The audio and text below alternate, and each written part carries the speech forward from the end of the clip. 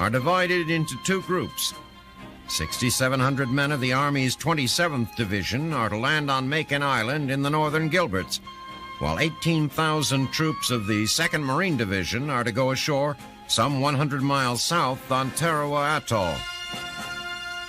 Both strike forces are to be shielded by Task Force 50, under the command of Rear Admiral Charles Pownall. With 4 new Essex-class carriers and 5 light carriers, as well as the venerable Lexington and Saratoga at his disposal, Pownall can counter threats to either assault force. On 20 November, as the men of the Northern Galvanic Force prepare to go ashore, the deafening roar of the Navy's big guns splits the morning air, pounding Japanese positions on Macon. When the bombardment subsides, the men of the 27th Division head for shore. Unusually low tides complicate the landings, and by the time the men are ashore, the Japanese have regrouped and are resisting fiercely. Although they are badly outnumbered, the 800 Imperial troops on Macon are able to pin down the inexperienced men of the 27th on the beachhead. Aboard the battleship Pennsylvania, Holland Smith, known as Howlin' Mad Smith, is furious that the GIs are being tied up by such an inferior force, and declares that his Marines would have already secured the island. The delays on Macon, however, pale in comparison to the looming disaster at Tarawa. Here, 4,000 hand-picked Imperial Marines under the command of Admiral Meichi Shibasaki are threatening to throw the assault force back into the sea. The same low tides that are causing problems at Macon are having disastrous effects at Tarawa. The coral reef surrounding the atoll prevents landing craft from approaching the beach, and the Marines must be ferried in on amphibious tractors known as alligators. Although the alligators are able to get over the reef, they are agonizingly slow and make prime targets for Japanese gunners. Once ashore, things go no better for the Marines. The naval and aerial bombardment that was supposed to silence the Japanese positions has, in fact, had little effect, and the Marines are pinned down on the beaches by a continuous barrage of machine gun and cannon fire.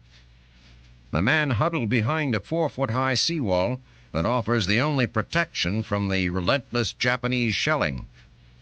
To make matters worse, the low tide has prevented the landing of desperately needed tanks and artillery. Well protected in reinforced concrete bunkers, the Imperial troops are impervious to the Marines' small arms fire. With many of the Marines' radios swamped by saltwater, communications are a shambles. Commanders offshore are unable to form a clear picture of what is happening on the beach until midday, when they receive a message: "We need help. Situation bad." After hurried consultations, Turner releases the reserves. Vicious fighting continues throughout the afternoon. Carrier-based planes pound Japanese positions to little avail. The tide refuses to rise, preventing reinforcements from reaching the beach in sufficient numbers, and ammunition and medical supplies are running dangerously low. As the sun sets over the bloody beach, now choked with bodies and smoldering equipment, the Japanese fire finally slackens and medics work feverishly to tend to the wounded. Meanwhile, on Macon, the men of the 27th have begun to make headway. Initial resistance has broken down, and the men move inland at a rapid pace. By nightfall, they are firmly established on the island, and all that remains are mopping-up operations. At dawn of the 21st, the assault on Tarawa begins anew, but with little success. The tide still won't rise, and the Japanese resistance is as fierce as ever. Still, the Marines press the attack. Using flamethrowers, satchel charges, and bazookas, they rout the Imperial soldiers from their positions one by one. Casualties are astoundingly heavy. At noon, the capricious tide begins to rise, and destroyers move in to plaster the enemy pillboxes at close range as the first landing craft clear the outer reef. As assault troops and equipment begin to pour ashore, the Marines begin to make headway.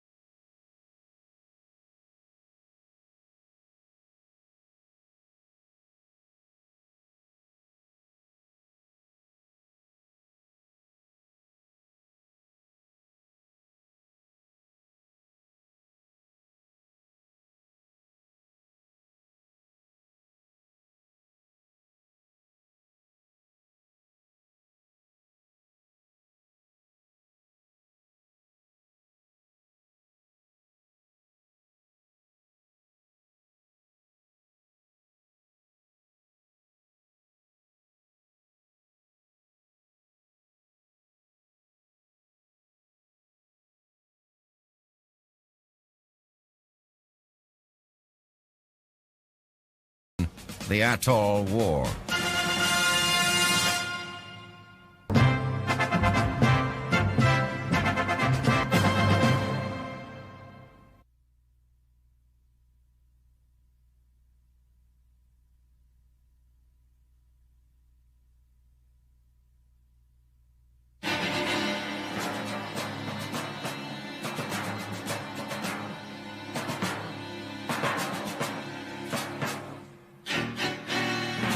November 1943, the Sangro River, Italy. General Bernard Montgomery's 8th Army struggles in what has become an all-too-familiar picture in the Mediterranean theater.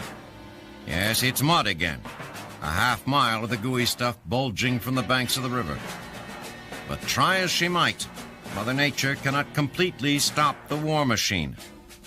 Soldiers dump railroad ties, trees, and steel matting to solidify the ground, allowing them to reach the river's bank. At the flooding river, Montgomery's engineers take up their unenviable positions. Under intense enemy fire, they construct a bridge, and the army once again begins to roll forward. Once forward units have crossed the swollen river, a vicious battle erupts as Montgomery's soldiers tear into the German 65th Division. When word gets back to German headquarters, Major General Siegfried Westphal is told the 65th no longer exists. With a giant gap in their defenses, Kesselring's forces are in danger of being cut off, and a division from northern Italy and another from Mignano Gap scurry to fill the hole. Meanwhile, Montgomery watches as the newly constructed bridge is washed away by the rain-swollen Sangro. The advance grinds to a halt, permitting the Germans to fortify their weak defenses. But with or without bridges, Montgomery knows he must push on to participate in a newly devised Allied strategy to take Rome. For 2 months, American Lieutenant General Mark Clark's army has been battling west of Montgomery in the mountains south of Rome. On 13 November, however, Clark halted the assault and ordered a 2-week rest for his troops, who were exhausted, suffering heavy losses and gaining very little ground. This reprieve couldn't have come at a better time, as the weather has been at its worst. The break has also allowed Supreme Commander in the Mediterranean Theater, General Dwight D. Eisenhower, and Army Group Commander Sir Harold Alexander to rethink their strategy. The new plan, Operation Shingle, calls for a major amphibious landing at Anzio, southeast of Rome. While the Germans are distracted there, Clark is to push up from the south and Montgomery from the east. Before this operation can begin, Montgomery, whose troops have been bogged down since the beginning of the campaign, must fight his way closer to Rome. It is a thankless job, but one crucial to Shingle's success. So Montgomery, despite his lost bridges, despite the rain and mud, and despite the Nazis' newly repaired defenses, orders the battle to resume. On 3 December, divisions take their positions along the Sangro's banks. The fighting is tough, particularly for the 78th Division, which has already lost 10,000 men in the past 6 months. Ordered to take Ortona, the 78th charges the German defenses, but are twice repelled. On 7 December, they shift the focus of their attack to Orsonia, 10 miles west of Ortona. Once again, the fighting is fierce, and once again, the British are foiled. Unable to advance, the division alters its strategy. Instead of trying to overrun Orsonia, they bypass it. The Nazis, fearing they may be surrounded, abandon the city. But Ortona still is held by the Germans. Montgomery commands the 1st Canadian Division to dismantle the enemy's stronghold. 2 horrible weeks of house-to-house fighting results in mind-staggering casualties for the Canadians as well as for the Nazis. But finally, Ortona falls. So Montgomery has moved forward, but it is not enough. The rain in the mountains has turned to snow, and a head count shows him seriously short of men, and the soldiers he does have are on the verge of collapse. Still, he must take Pescara to the north. It is the lock that must be broken to pass through the back door to Rome.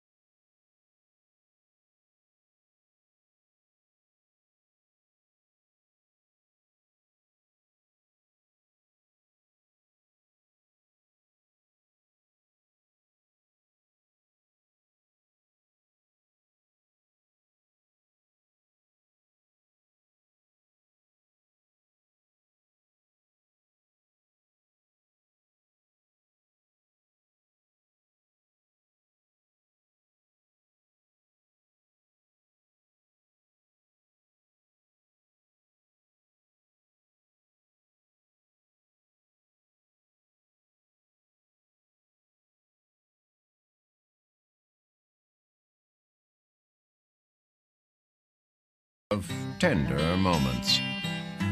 Once educated, a train of mules is as good a group of friends as a GI could wish for. Look at how much just a single mule can carry. Multiply that by 10 or 20 mules, and there's not much left for the GIs to lug through the hills. There are trade-offs, however. While the 1,300-pound animals do a magnificent job of carting equipment over mountains impassable by jeep or truck, they remain unable to clip their own toenails. So it falls to the GIs to tend to the mules' toiletries, feeding, chewing, trimming.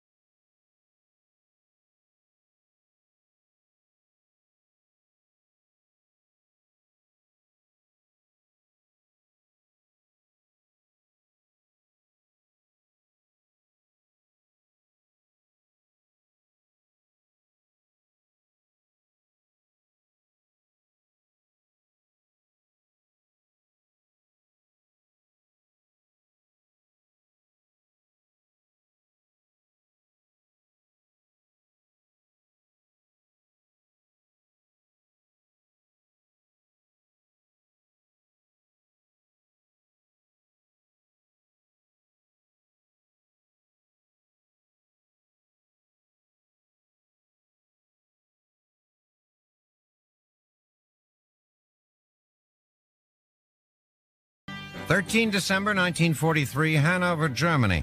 On a bombing mission 200 miles behind German lines, the expected formation of Allied bombers arrives with unexpected company: Allied fighter planes.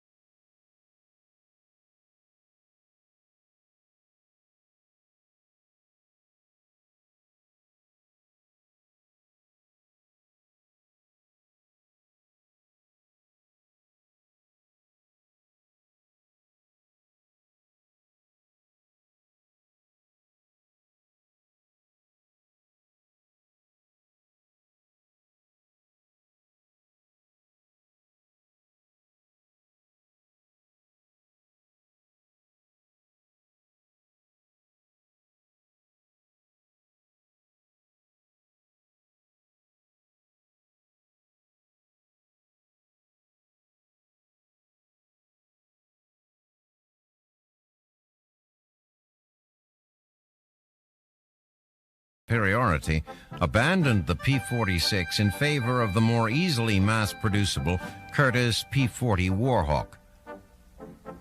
The Army approached North American Aviation, best known for production of the B-25, about assembling P-40s under license to Curtiss.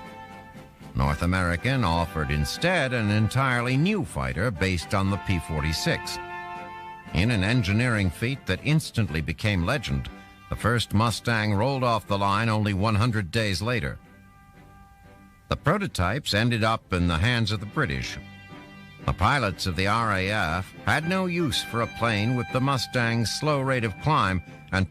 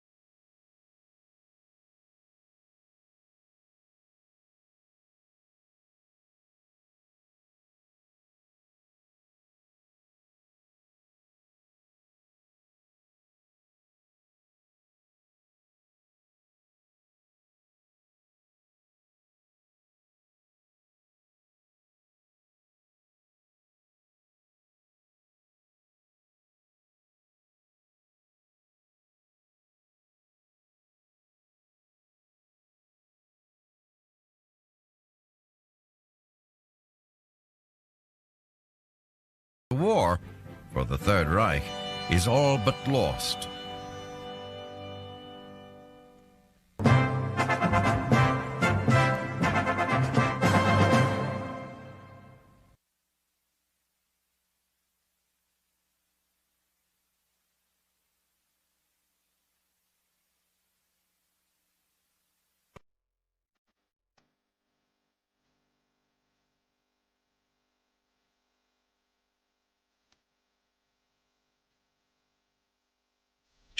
December 1943, Cape Gloucester, New Britain. As dawn breaks, the men of America's 1st Marine Division board amphibious landing craft and prepare to go ashore. Their goal, a small Japanese airfield on the northwestern tip of New Britain, is the second objective targeted this month in a two-pronged Allied operation called Dexterity. The intended purpose of these assaults is the isolation and entrapment of the Japanese air and naval base at Rubble, on the eastern end of the island. On 15 December, the first movement of Operation Dexterity began when U.S. and Australian troops went ashore at Arawi, on the southwestern coast of New Britain. Their mission was twofold: to seize Japanese PT boat bases there and to divert enemy attention away from Cape Gloucester. Most of the troops in the area, weakened by malnutrition and malaria, had already begun to retreat toward Rubble. Since the Arawi landing, American and Australian troops have pursued the Japanese inland while Allied bombers soften up the island in preparation for the landings at Cape Gloucester. Now, as those landings get underway, these preparations are paying off. The Marines hastily establish a beachhead, round up a small party of Japanese stragglers, and begin their push into the jungle. The Marines continue to advance despite several determined Japanese counterattacks, and the next day's thrust brings them within 1,000 yards of the airfield where the Japanese have established their last line of defense. The Americans begin the slow job grinding the blockade down. On 29 December, reinforcements arrive from the 5th Marine Division, and by day's end, the airfield is in Allied hands. With the coming of the new year, the Americans encounter the toughest fighting yet on New Britain. For 2 weeks, they battle for the high ground above Borgen Bay, just east of the beachhead. The 141st Japanese Infantry Regiment finally capitulates, however, and begins retreating toward Rubble. With the victories at Arawi and Cape Gloucester, it seems that at last, the fate of the 135,000 Japanese at Rubble is sealed. They have little to do but wait for the enemies to sweep across New Britain for a coup de grace, or to watch the remainder of the war from an island fortress that has effectively become a prison.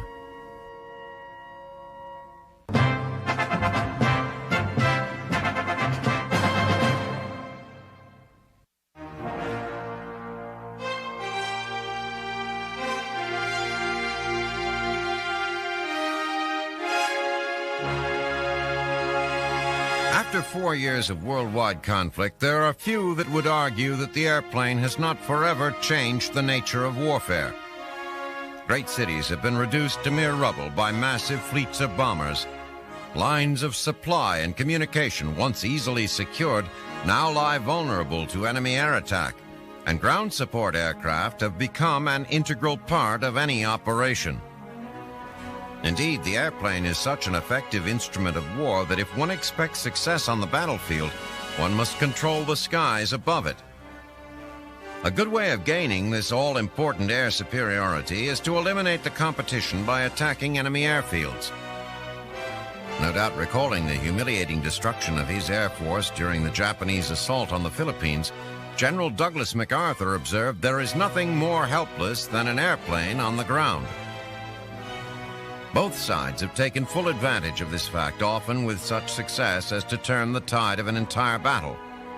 At Pearl Harbor, as in the Philippines, marauding Japanese planes eliminated their potential opposition with massed attacks on American airfields.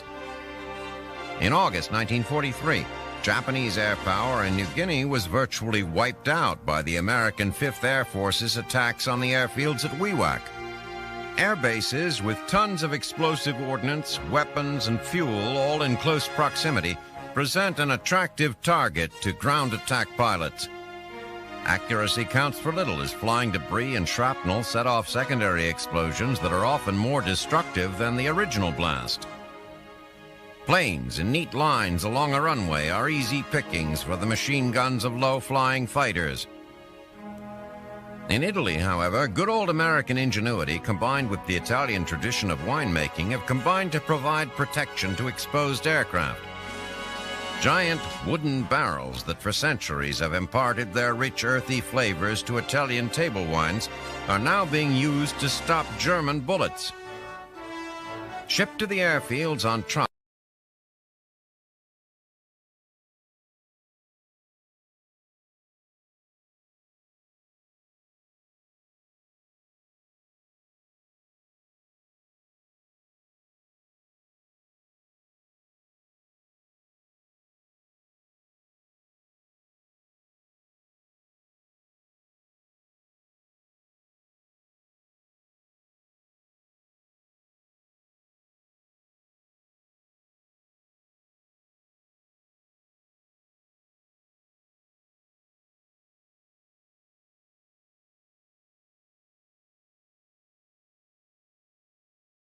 drink enough wine so that every plane in Italy can have its own Chianti castle.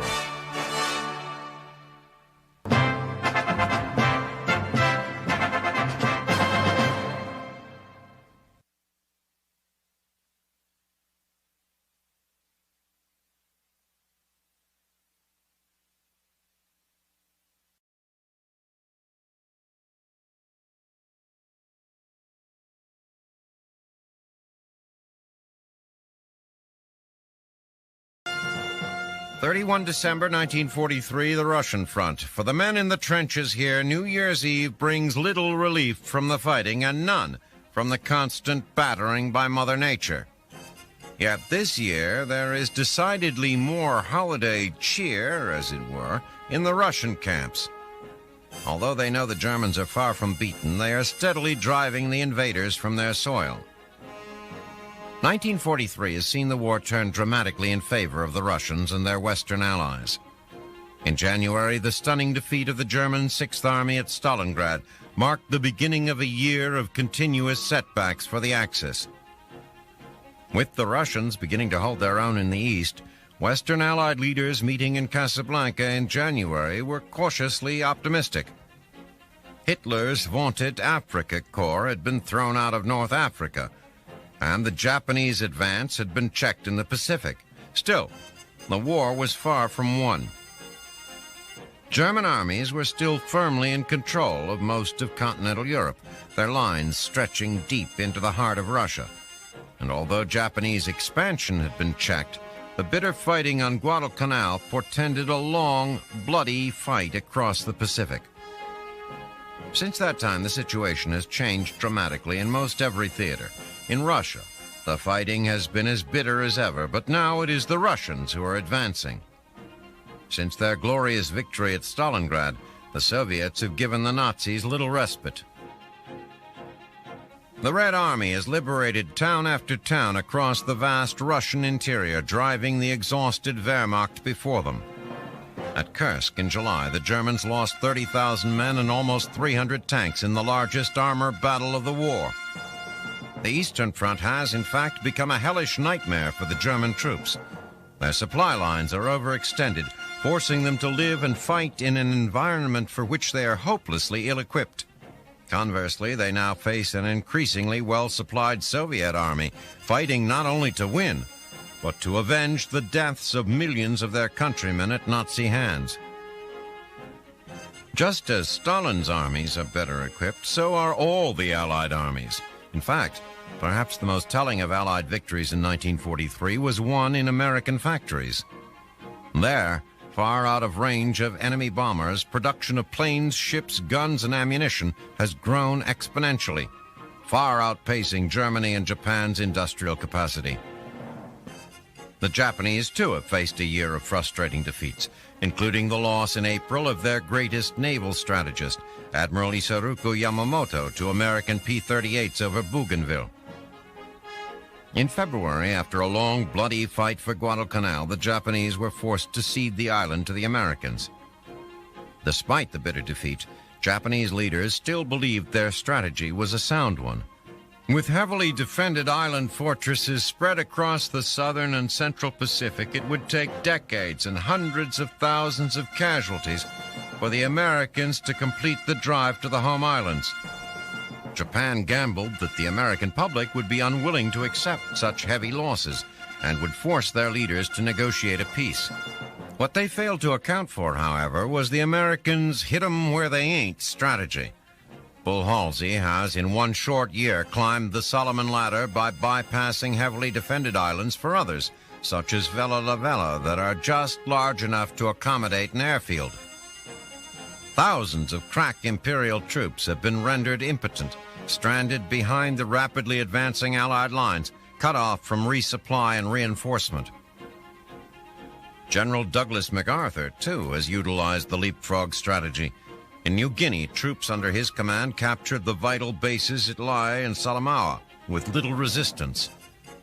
Imperial air power on the island was virtually wiped out by a surprise attack by low-flying B-25s on the Japanese airfields at Wewak.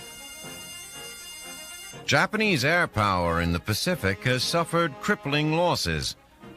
The Americans are flying planes vastly superior to the P-39s and P-40s they flew in the beginning of the war.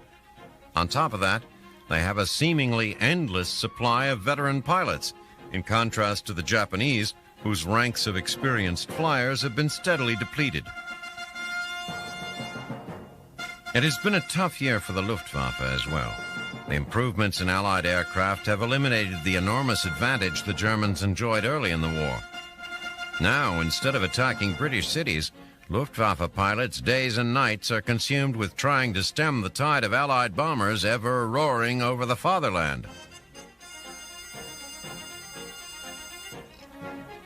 4 years of mechanized warfare have severely strained Germany's petroleum reserves, and the 10th Air Force raids on the Romanian oil refineries at Ploiești have only exacerbated the problem. Besides restricting the mobility of their armies, the scarcity of fuel has diminished the effectiveness of the Luftwaffe. Green pilots now receive less than half the in-flight training time of their Allied counterparts. While this saves precious fuel, it does little for the young flyers' prospects in battle. Still, the Luftwaffe has managed to make British and American bomber crews pay a heavy price for their forays into German airspace. In November, losses over Schweinfurt were so stunning that 8th Air Force commanders halted unescorted daylight bombing raids over Germany. The Allied conquest of Sicily and the successful invasion of the Italian mainland precipitated the most dramatic change in the past year. In September, the Italians, after years of bombastically declaring their eternal alliance with the Third Reich, turned sides and declared war on Germany. Despite the betrayal of their Italian allies, the Germans, under Field Marshal Albert Kesselring, are mounting a ferocious defense that, along with Mother Nature, has managed to stymie the Allied advance. So, as 1943 draws to a close, things are looking up for the Allies. Indeed, there is talk on the lines of being home in time for the next New Year, of Christmas with the folks, and maybe even Thanksgiving turkey not out of a can. That optimism fuels a sense of trepidation among Allied commanders, however. In the Pacific, the island-hopping strategy may have worked brilliantly, but there remain many heavily fortified islands which cannot be bypassed. That reality was made shockingly clear on the bloody beaches of Tarawa, where 1,300 Marines died. In Russia, the Nazis are without doubt on the run, but Red Army commanders know that the German army remains a well-trained, deadly enemy. As they retreat, their supply lines will shorten. The spring thaw will come. Then the Russians will likely face a rejuvenated Wehrmacht that has proven itself on the battlefield the equal of any army in the world. It is Western Europe, however, that causes the most apprehension in the Allied leadership. With men and equipment pouring into England in prodigious quantities and training building to a fever pitch, the cross-channel invasion of Fortress Europe looms larger every day. The ferocity of the German defense in Italy only helps to raise anxieties of the commanders who will face Hitler's Atlantic Wall. Still, the prospects for 1944 look bright. The Germans will soon face a three-front war, not to mention fleets of American and British bombers with fighter escorts. And in the Pacific, Japanese military leaders are increasingly frustrated and confused by the unpredictable Americans. For the soldier on the front, however, the larger strategies have little bearing on his outlook for the new year. The weather will likely be miserable. The food will likely be unpalatable. Sleep will likely be deficient. But the fighting will certainly be deadly.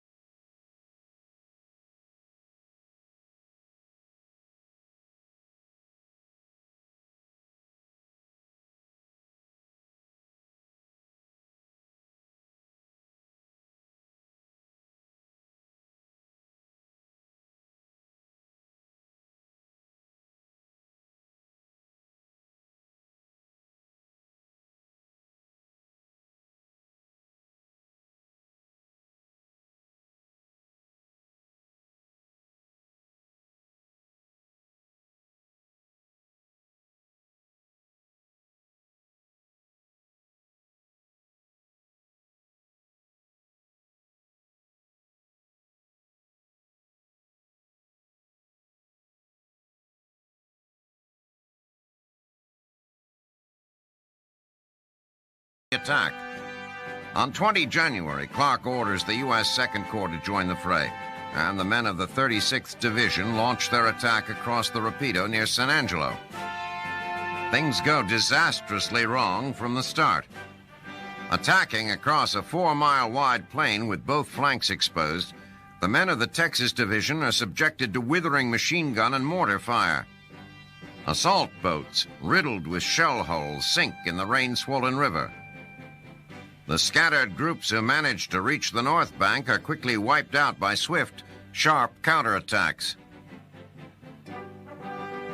The German artillery that had worried Allied commanders ceaselessly pounds the assault troops, throwing them into disarray. The attack quickly loses all cohesion and confusion reigns supreme. By nightfall, it is clear the attack has failed.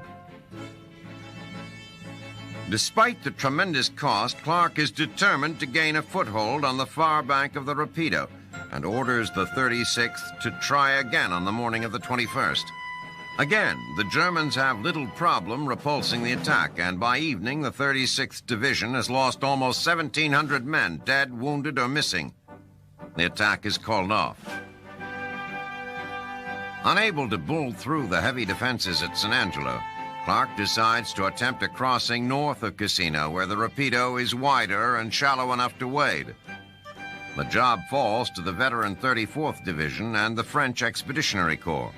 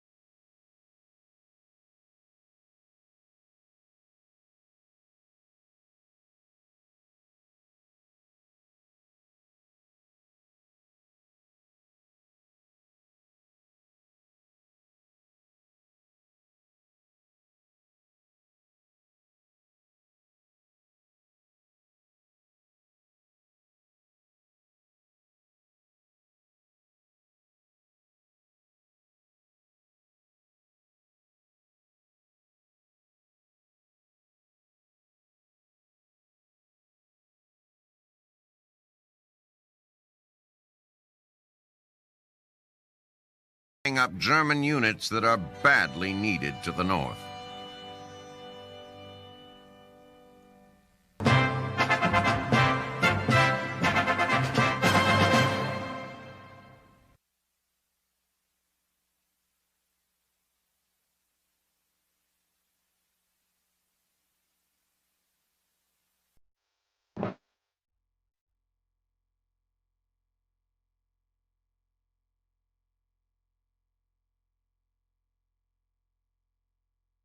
January 22, 1944, Anzio, Italy. In an operation that has been the topic of heated debate in the Allied leadership, American and British troops under the command of Major General John Lucas go ashore at this vital port 30 miles south of Rome.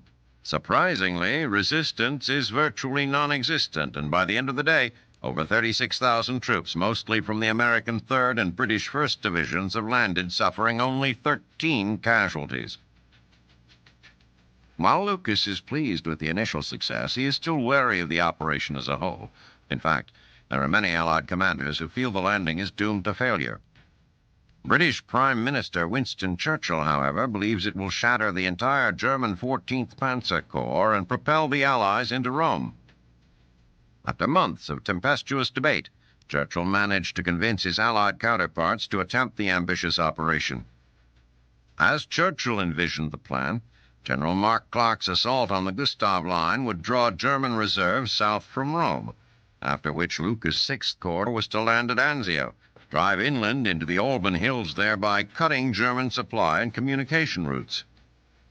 Although that is how Field Marshal Harold Alexander described the plan to Clark, Clark was less ambitious in his directive to Lucas. Fearing the Germans would be well entrenched in the Alban Hills and launch a deadly counterattack, Clark warned Lucas not to stick his neck out, but rather to seize and secure a beachhead at Anzio. That is exactly what Lucas intends to do. Instead of exploiting the opportunity to drive inland against such light resistance, his concern is with getting the rest of his corps ashore and establishing defensive positions. The Germans, meanwhile, are wasting no time in reacting to the landings. German Field Marshal Albert Kesselring immediately begins to move troops from northern Italy, France, and the Balkans to contain the Anzio beachhead. Hitler dispatches Colonel General Eberhard von Mackensen, a distinguished veteran of the Eastern Front, to destroy the abscess south of Rome for the honor of the Wehrmacht. In Hitler's eyes, it is crucial that the Anzio landing be an unmitigated disaster for the Allies. His concern is not only keeping American and British troops from marching into Rome, but to discourage the Allied leadership from launching an amphibious operation against the coast of France. In London, Churchill is livid. In his eyes, the operation is failing simply due to Lucas' lack of drive. He complains to Alexander, "I expected to see a wildcat roaring into the mountains, and what do I find? A whale wallowing on the beaches." Meanwhile, at Anzio, Lucas continues to cautiously expand his beachhead, and German resistance begins to stiffen. In fact, in just over a week, the Germans have transferred 8 top-notch divisions into the area. By 30 January, Lucas is in striking distance of his first major target, the city of Cisterna on Highway 7. The assault, led by American Rangers, is a disaster. Cisterna, which was thought to be lightly defended, is in fact crawling with German paratroops. Vicious house-to-house fighting ensues, and the Americans are cut to pieces. By the end of the day, all but 6 of these 767 Rangers are dead or captured. Lucas is forced to call off the attack and orders his 6th Corps to set up a defensive perimeter. The Allies now have over 70,000 troops ashore at Anzio and more than 350 tanks. The Germans, however, have some 90,000 troops determined to contain and smash the beachhead. Although Lucas is under fire from Churchill and others in the Allied leadership for his lack of drive, he is certain that his actions have been prudent. Had he driven inland at a rapid pace, his lines would have been easily severed by a German counterattack, and the beachhead would have been crushed. As it is, he holds a solid position that is tying up 8 German divisions that could be helping on the Gustav Line to the south. For now, he will sit, wait, and hope that Mark Clark's Fifth Corps can break the stalemate at Cassino and relieve his position. Then, he and Clark will march triumphantly through the streets of Rome.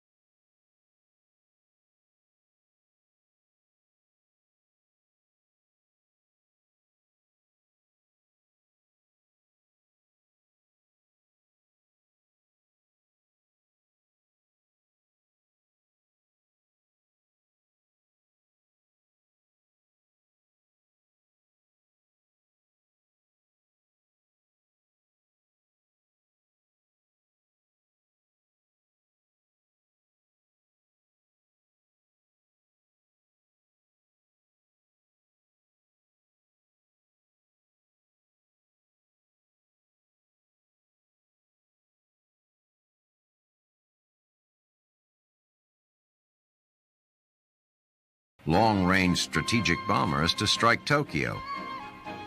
Victory in the Marianas would also cut off Japanese air and sea support to their troops in the Caroline Islands, home to Truk, Japan's Gibraltar of the Pacific.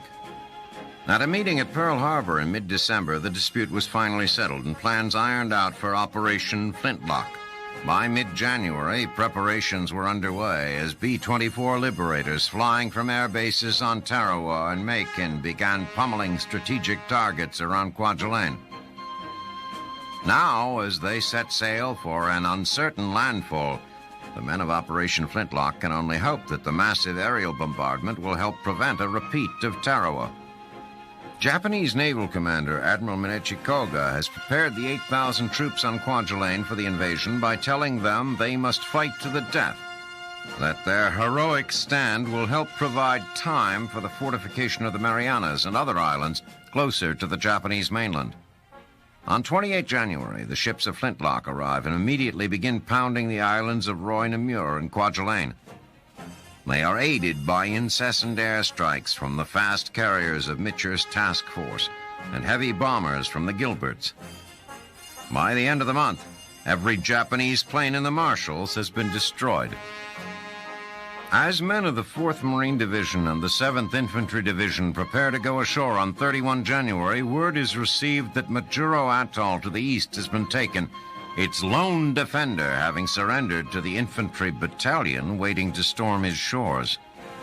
Once they land, the men make fast advances as those few Japanese who have survived the seemingly endless bombardment are severely rattled. While they do not surrender outright, the resistance they put up is not what it might have been. By 2 February, what remains of the garrison on Roy Namur surrenders, and 2 days later, the troops on Kwajalein Island follow suit. As mopping up operations begin, preparations are already underway for an assault on Eniwetok, the next target in the Marshalls. One unexpected boon captured in Flintlock are current maps of all the Japanese bases, which will aid in the destruction of Eniwetok and Truk. Perhaps most importantly, the Americans have succeeded in turning the tragic lesson of Tarawa into a triumph. With this one display of overwhelming force, the Americans have dismantled the hub of Japan's defenses in the Marshalls and have, perhaps, found a formula that will lead to a swift and final victory over Japan.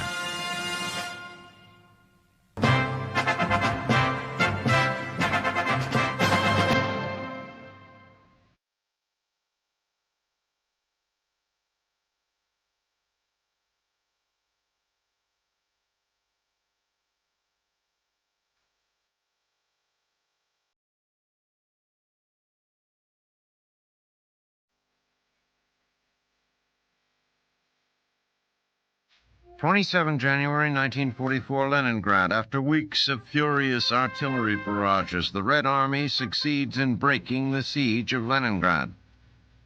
Though the battle continues to rage, the breach of the Nazi perimeter brings desperately needed relief to the remaining residents of the city, and is viewed by those people as the end, at least, of their war.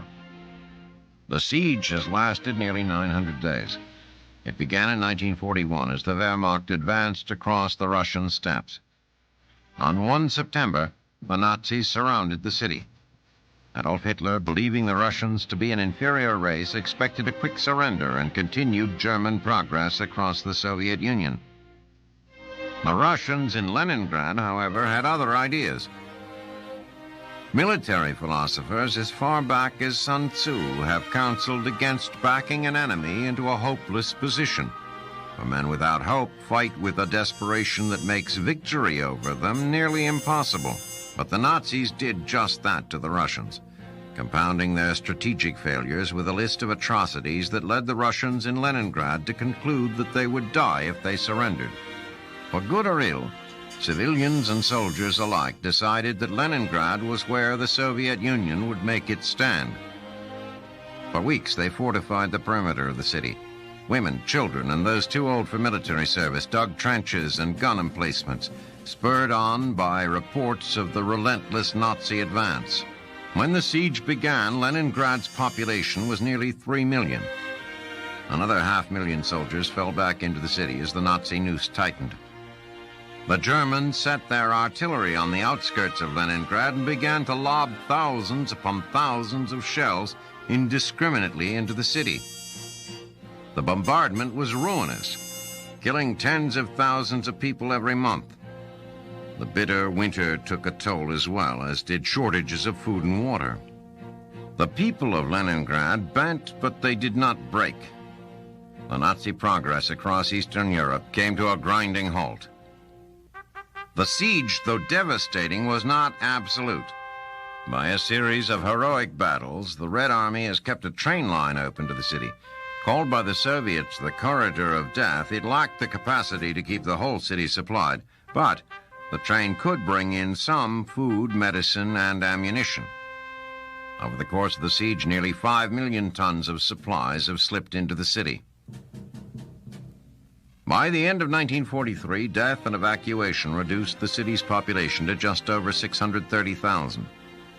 The Nazis were still in their positions. The Russians were still dug in. Nothing, as far as Leningrad was concerned, had changed. Along the rest of the Eastern Front, however, the war had turned against the Nazis. The Red Army, under the command of Marshal Georgy Zhukov, pushed the Germans back toward their fatherland, winning battle after battle in the streets of innumerable Russian villages. On 12 January, the advancing Red Army reached the suburbs of Leningrad and unleashed an artillery barrage like none before. More than 100,000 shells rained down on the Germans, and 2 weeks later, the Nazis began a hasty and demoralizing retreat. No longer do shells fall in Leningrad, and as the first Red Army forces enter the city, all that can be heard through the chilly winter air is the tired cheering of Leningrad survivors. Their victory is without question an heroic one, but it has also been incredibly costly. More than 700,000 homes are uninhabitable. More than 100 museums and public buildings are rubble. Schools have ceased to exist. The transportation infrastructure is simply gone, and there is no source of clean water. The damage totals more than 45 billion rubles. More importantly, more than 1.5 million Russians are dead in the city, buried wherever there is open ground. Tempering the grief is the knowledge that Leningrad may well be the pivotal battle of the war, for it is at Leningrad that the Nazis were once and for all thrown back. Though there remains much fighting for the Red Army and much suffering for Russians still under Nazi domain, it is clear that the ascendancy of fascism in the Soviet Union is over. Russia, for all of her suffering, will not fall. Fighting continues unabated through the night. The Americans give ground in small pieces, exacting a high price from the attackers. By the morning of the 17th, they have fallen back to a defensive position the GIs called Dead End Road. Exhausted, their ranks dangerously depleted, they are less than 1 mile from the beaches. They have no option but to fight, and they do. Throughout the day, they repulse the Nazi attacks.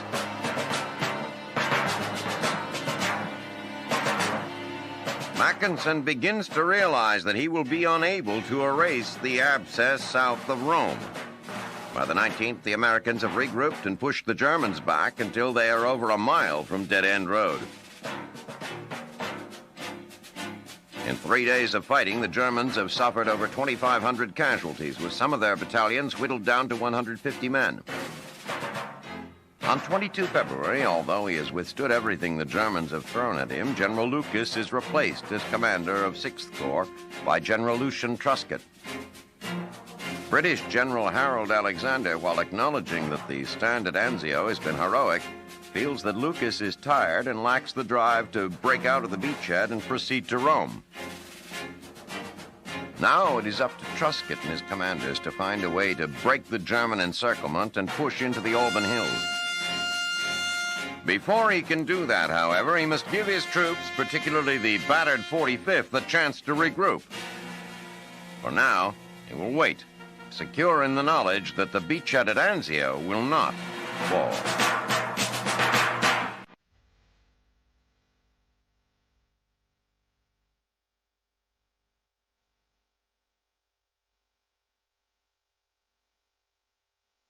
February 1944, Cassino, Italy. After almost a month of brutal fighting for this vital German stronghold, the exhausted U.S. 2nd Corps is relieved by the New Zealand Corps. Despite continuous assaults on the city on the hill that dominates it, the 2nd has had little success in dislodging the well-entrenched Germans. That task has now fallen to Lieutenant General Sir Bernard Freyberg and his Commonwealth troops.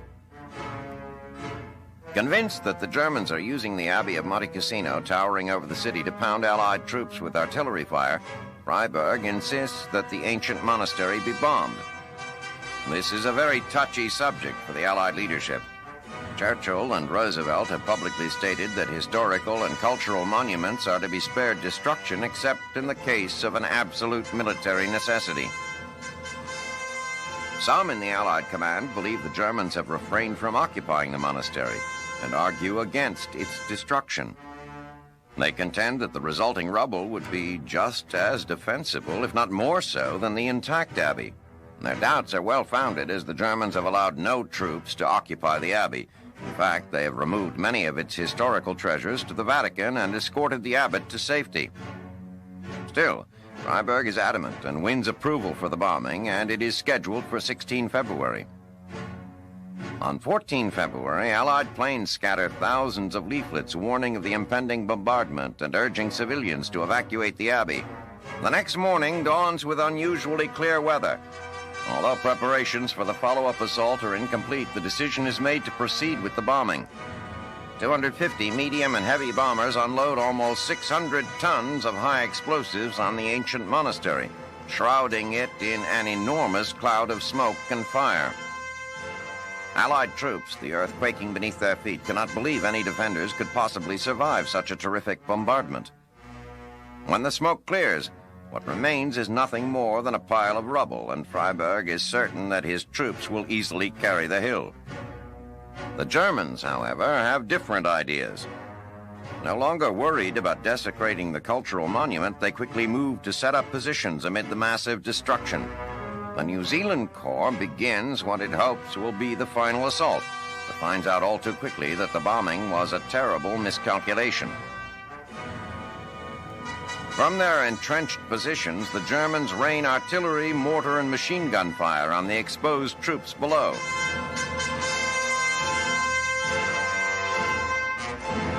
So intense is the hailstorm that the 4th Indian Division is unable to even regain the positions it recently abandoned to allow for the bombing. Poorly coordinated to begin with, the assault quickly disintegrates. Meanwhile, the Vatican lodges a formal protest against the bombing, and the Nazi propaganda machine swings into motion. accusing the Allies of robbing civilized mankind of one of its most valued cultural monuments. It is a bitter pill for Allied commanders to swallow. Not only are they subject to attacks on their morality by Joseph Goebbels and his cronies, their destruction of the monastery has only served to strengthen the German position. Clark and his commanders become increasingly frustrated. They know that breaking the back of the Germans at Cassino is essential to further progress in Italy, yet they have been unable to budge them.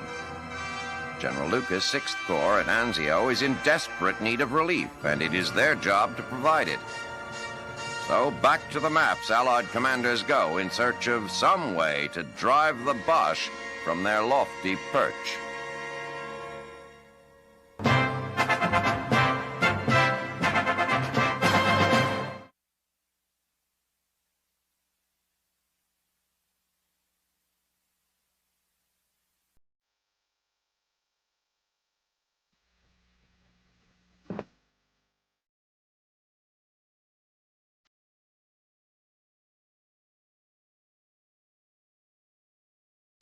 January 1944, the Central Pacific. Following their first swift victory in the Marshalls, soldiers and sailors of Operation Flintlock have swiftly dispersed to their next objectives. The soldiers who stormed Kwajalein's beaches have gotten underway for the nearby Eniwetok Atoll, while the ships of Admiral Mark Mitcher's Task Force 58 have arrived at Truk, Japan's main staging area in the Central Pacific, only to find it nearly deserted. Sent to destroy the Japanese combined fleet stationed there and to divert attention from the forces landing at Eniwetok, Mitcher finds few Japanese combatant ships remain. Nonetheless, 72 American fighters take to the air early on the 17th and begin attacking those ships as well as Japanese aircraft on Truk's Eaton Field. Through the next day, the Americans launch incessant airstrikes against the harbor and airfield, including a pre-dawn assault on the 18th. The first night bombing of enemy ships in U.S. carrier history. By the end of the day, when Task Force 58 withdraws, they do so having sunk dozens of combat and auxiliary ships and most of the planes stationed there. Meanwhile, preparations are underway for a landing on Eniwetok. On the 19th, a heavy pre-assault bombardment intended to wear down the 2,600 Japanese troops stationed there seems to work. By the time 2 battalions of the 27th Infantry go ashore, much of the fight has been pummeled out of the enemy. In only 2 days, Eniwetok falls to the Americans. At the same time, Task Force 58 has been advancing towards Japan's innermost ring of defensive islands, the Marianas. Once taken, the Marianas will provide the Navy deep water anchorages as well as airfields for the Army Air Force's new long-range superfortresses. On 23 February, following a night of fruitless enemy air attacks, the task force arrives and launches a series of aerial assaults against the islands of Saipan, Tinian, Guam, and Rota. The most remarkable aspect of this operation is the fact that, while the pilots know that they're setting out to strike enemy airfields on the islands, they do not know the exact locations of those fields. Due to the swiftness of the attack, the Japanese are caught completely off guard, and Mitcher's men make short work of the inexperienced Japanese pilots. The Americans destroy 168 Japanese planes while losing only 6 of their own. The rapid and relatively easy gains in the Central Pacific drive are heartening to almost everyone in the Allied camp. Whether inspired by fear of being overshadowed by those gains or inspired by their boldness, General Douglas MacArthur has moved the date for his assault on the Admiralty Islands up by a month. Preparations for the assault have been underway since mid-January, when General George Kenney commanded a series of bombing raids to soften targets in the Admiralties, as well as to take reconnaissance photos of Los Negros and nearby Manus Island. Based on these photos, the location chosen for the landing, at that time scheduled for 1st April, was Hyanna Harbor, opposite Sea Adler Harbor, one of the finest anchorages in the South Pacific. When MacArthur decided to move his timetable up, the assault was hastily assembled amid some dissension from his subordinates. The conflict arose from differing estimates of Japanese troop strength on the island. MacArthur agreed with those who felt that the island was manned by a well-hidden garrison and opted to send ashore what he termed a reconnaissance in force. 1,000 men of the U.S. 1st Cavalry Division are to go ashore on 29 February, with 1,500 men held in reserve. Now, on the last day of February, the reconnaissance begins, with heavy naval fire covering the landing troops. The shelling succeeds in severely rattling the Japanese, who are prepared only for an attack through Seattle Harbor. By afternoon, the 1st Cavalry succeeds in seizing their primary target, Momote Airfield. When night falls, it becomes clear from enemy attacks that high estimates of Japanese troop strength on Los Negros are correct, and the GIs begin to fall back to the edge of the airfield to firm up their position. They hold on until 2 March, when MacArthur's promised reinforcements arrive to join the battle.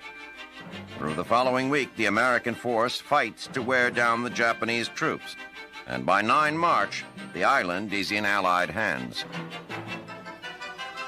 The Japanese response to the activities of the previous 2 months amounts to little more than shock. With the conquests in the Marshalls and the devastating raids on the Marianas and Truk, Japan's holdings in the Central Pacific are all but gone. The Americans have crossed the halfway point between their country and the Japanese mainland, and their gains seem to be accelerating.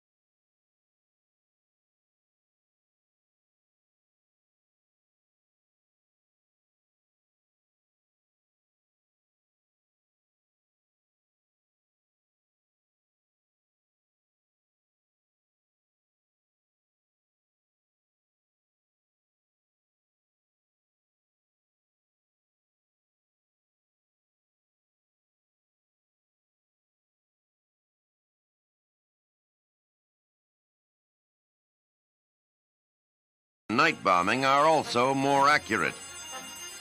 Codenamed Operation Argument, the daylight raids resumed 14 January when 663 bombers and their fighter escorts attacked a Messerschmitt parts facility and a Focke-Wulf assembly plant. Heavy weather forced the return of more than 400 of the bombers, and the Luftwaffe downed 60, a toll not unlike that which had forced the cancellation of daylight raids to begin with. But Doolittle, whose mission over Tokyo had involved the loss of all of his planes, was not about to back off. After a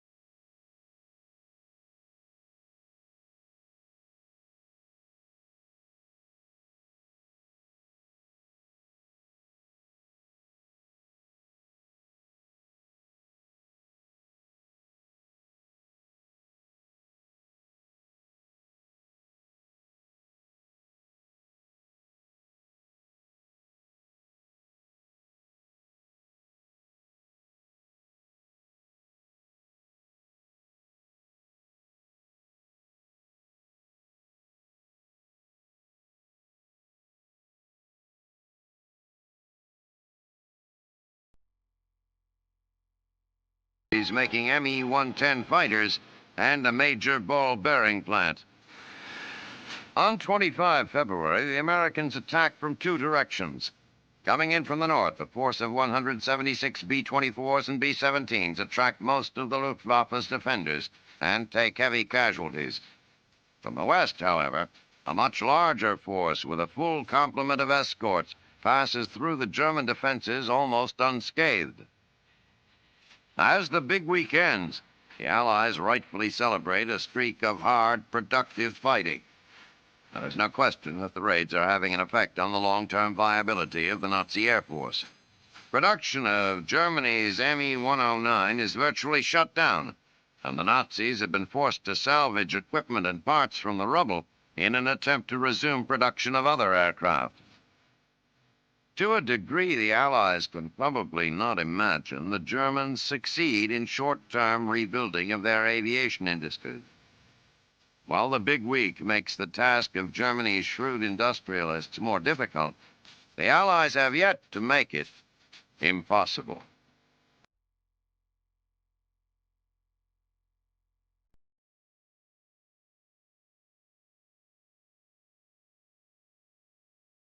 In 1944, Burma, a large and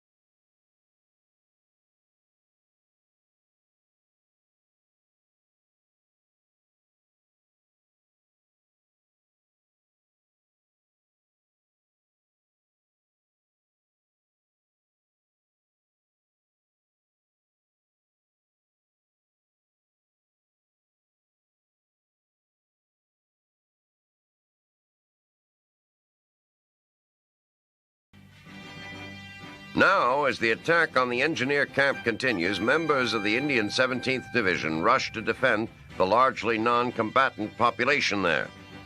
They guard the camp until they receive orders on 14 March to stage a fighting retreat toward the Impel Plain. To hamper their escape, Japan's 215th Regiment establishes a roadblock north of Tongzang. As the 17th battle, as a result, Slim has been forced to rush paratroops in to stem the westward flow of Japanese troops. The battle for Kohima rages through the end of the month, with the British slowly losing ground. By 11 April, however, things begin to look up for the garrison as reinforcements from the British 2nd Division and the Chindit 23rd Brigade begin pouring into the area. By late April, the lines begin to stabilize in favor of the British. While the Japanese have succeeded in severing the road between Kohima and Impel, their own supply lines are non-existent. Mutaguchi gambled from the outset that his rapid advance would be rewarded with the immediate capture of supplies at Impel. Now, his men are paying the price for his failed wager. For the British, the apparent turning of the tide allows an opportunity to look ahead rather than improvising defense. With Mutaguchi's attack blunted, Slim can now prepare in earnest to drive the Japanese from Burma.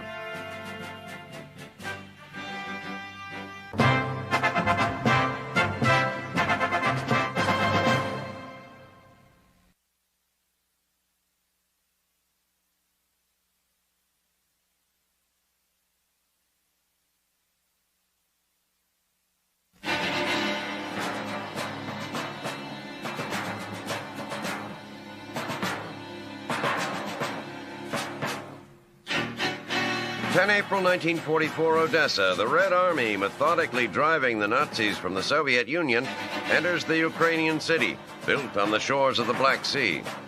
Once known as the Russian Marseille, after the resort on the Mediterranean coast of France, today it lies in ruins, its people devastated, its future bleak. For the last 50 years, the story of Odessa and the Ukraine has been one of repeated, devastating occupations. The Soviets took the region during their push to overthrow the Tsar and kept it for themselves.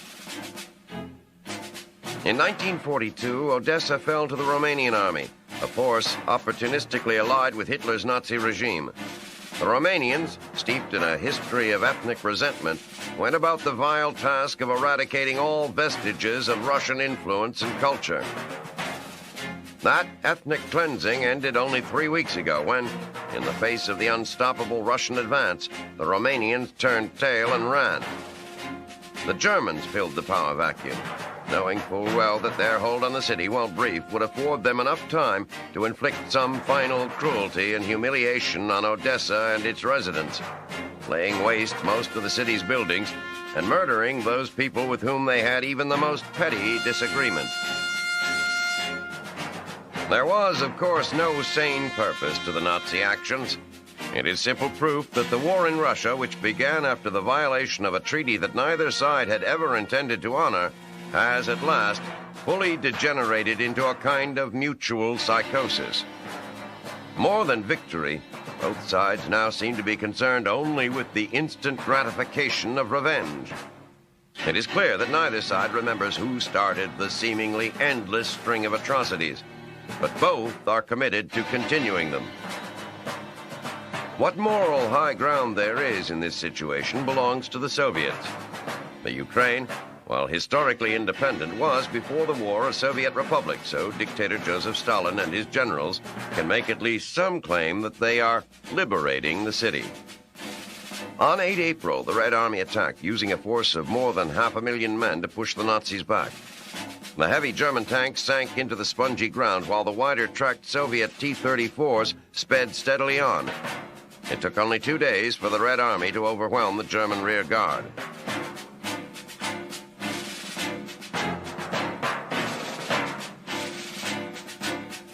By taking the port city, they have isolated the entire German 17th Army, which sprawls across the Crimean Peninsula southeast of the city.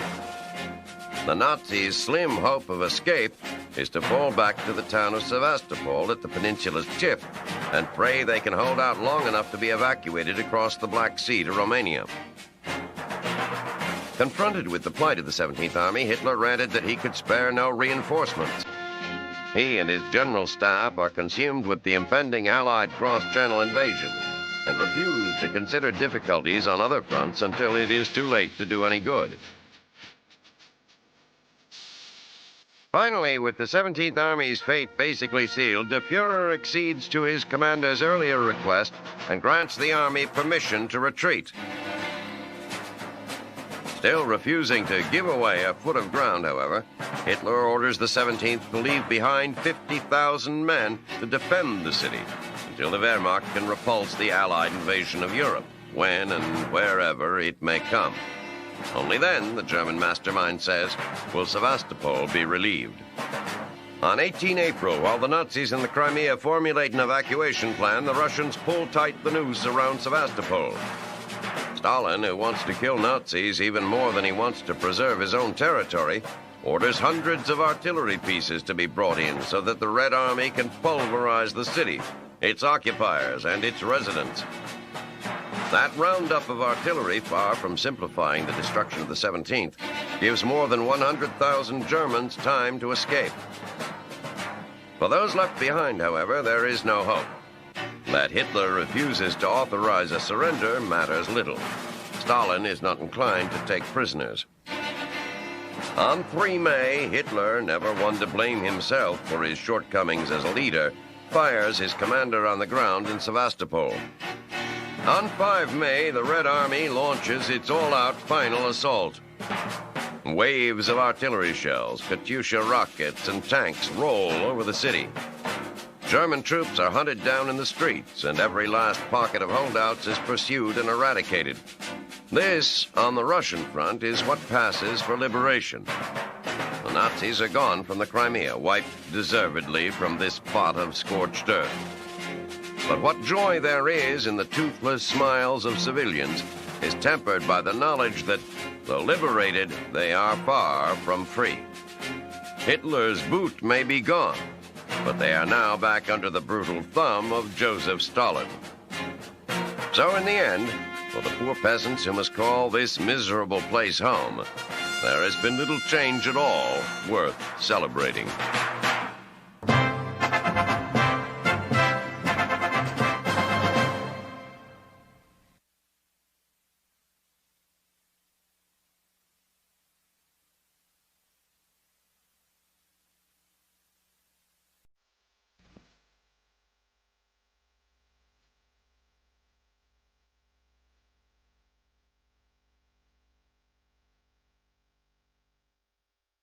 April 20, 1944, the Admiralty Islands.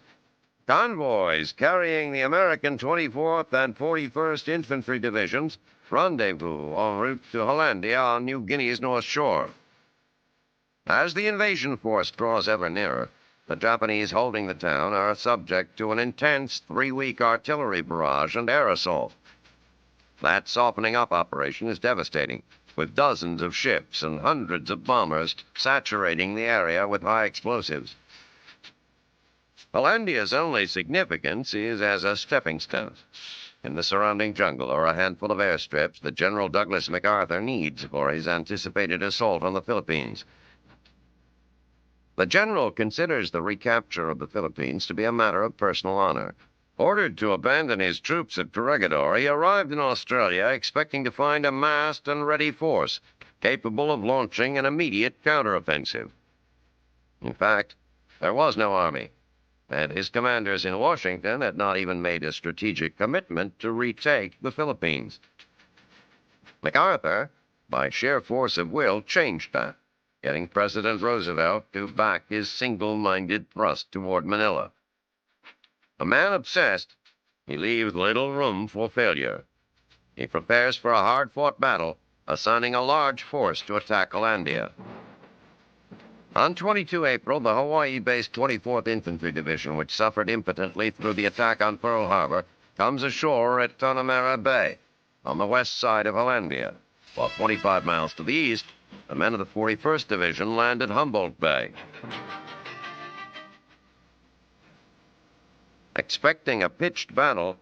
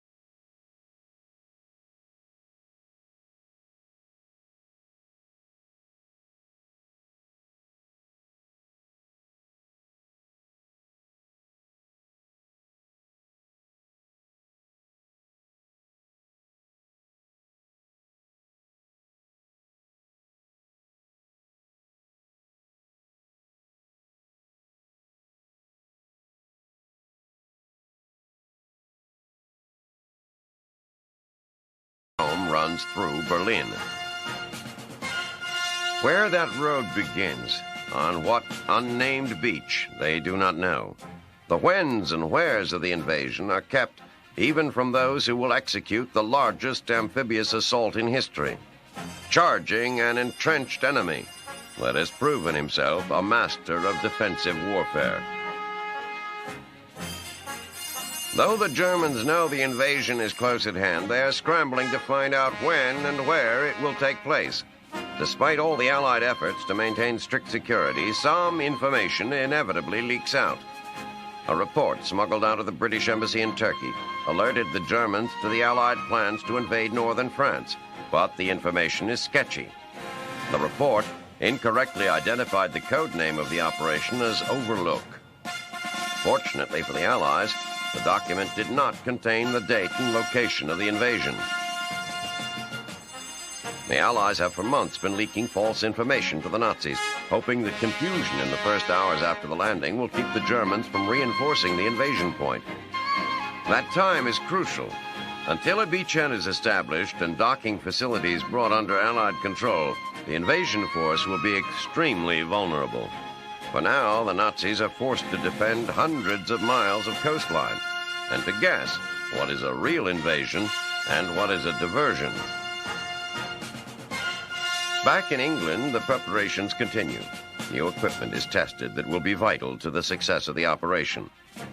Dual-drive tanks capable of propulsion at sea as well as on land are to go ashore with the first wave. With a collapsible flotation skirt and an extended exhaust hood to prevent the engine from flooding, it is hoped that they can provide instant fire support to the exposed infantry.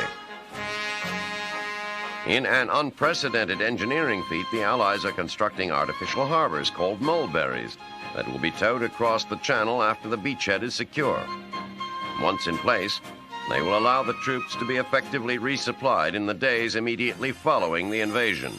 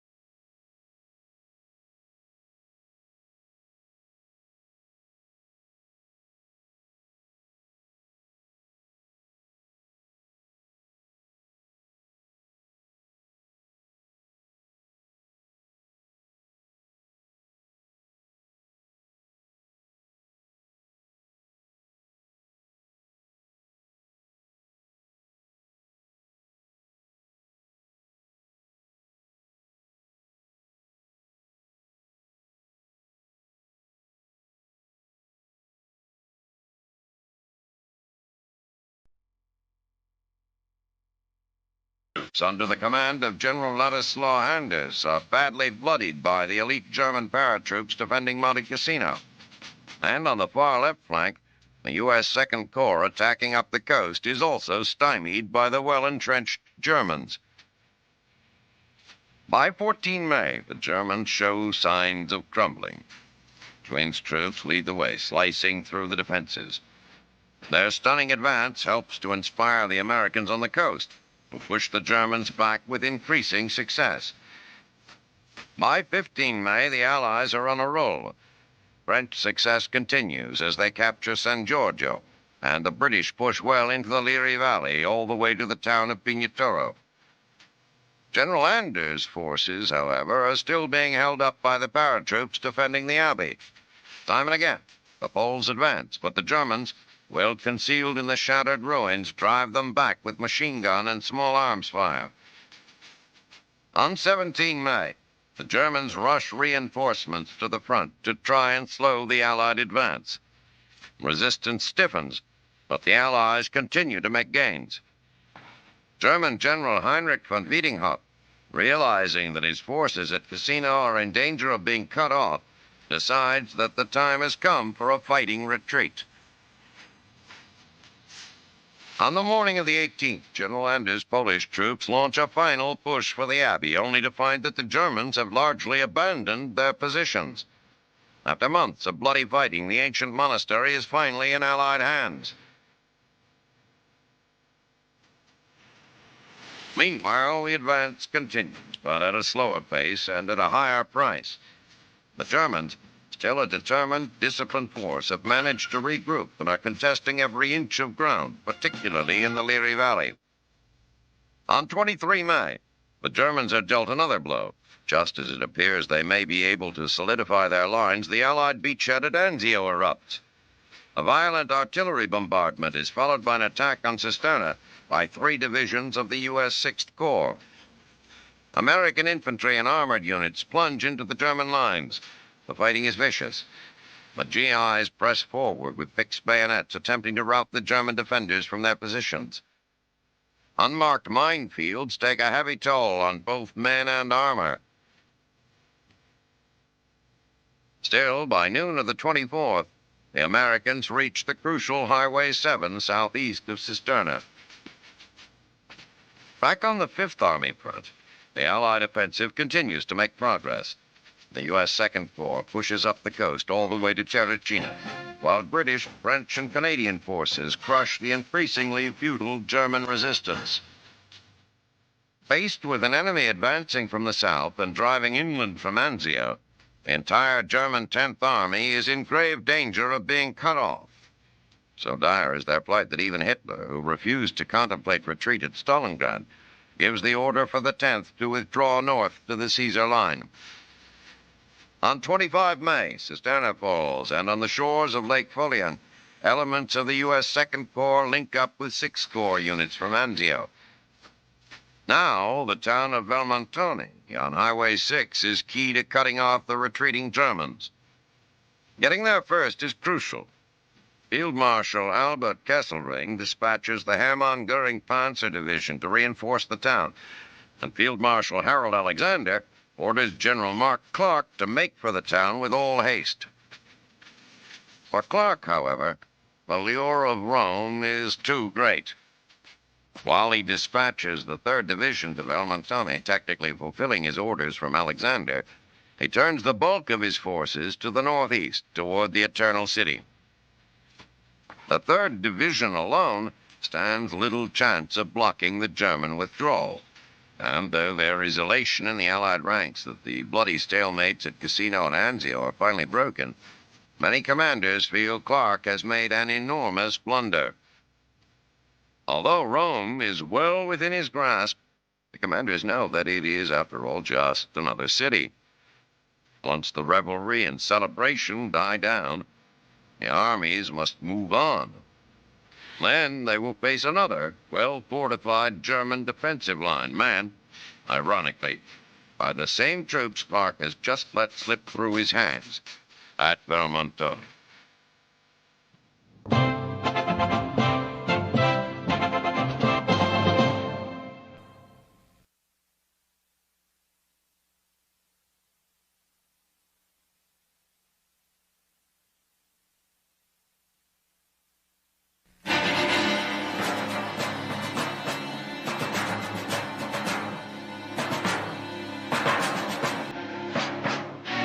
18 May 1944, Berlin. Adolf Hitler, preparing for the Allied assault on Fortress Europe, reorganizes the highest ranks of his forces in France. He names 69-year-old Field Marshal Gert von Rundstedt Commander-in-Chief of the Western Armies. Directly under von Rundstedt is General Erwin Rommel, who has been stationed in northern France for months, directing the fortification of the Atlantic Wall. Neither Rommel nor von Rundstedt are pleased with the decision. The elder Field Marshal is openly dismissive of the Desert Fox's abilities. Rommel, for his part, resents being forced to report to von Rundstedt, already twice relieved of duty by Hitler. It quickly becomes apparent that the two commanders fundamentally disagree on the best way to defeat the impending invasion. Rommel, who believes that the invasion must be stopped on the beaches, has thrown himself into the task of making the Atlantic Wall nigh impregnable. For months, he has directed the construction and manning of countless pillboxes and bunkers along the coast, and the development and deployment of steel obstacles to prevent amphibious landings. He has ordered the flooding of low-lying lands to slow the Allied advance, and placement of over 5 million mines on the northern beaches of France and atop poles and possible airborne landing sites. All of these fortifications are testimony to his belief that the war will be won or lost on the beaches. Von Rundstedt compares the Atlantic Wall to France's Maginot Line, which he himself so easily bypassed in 1940.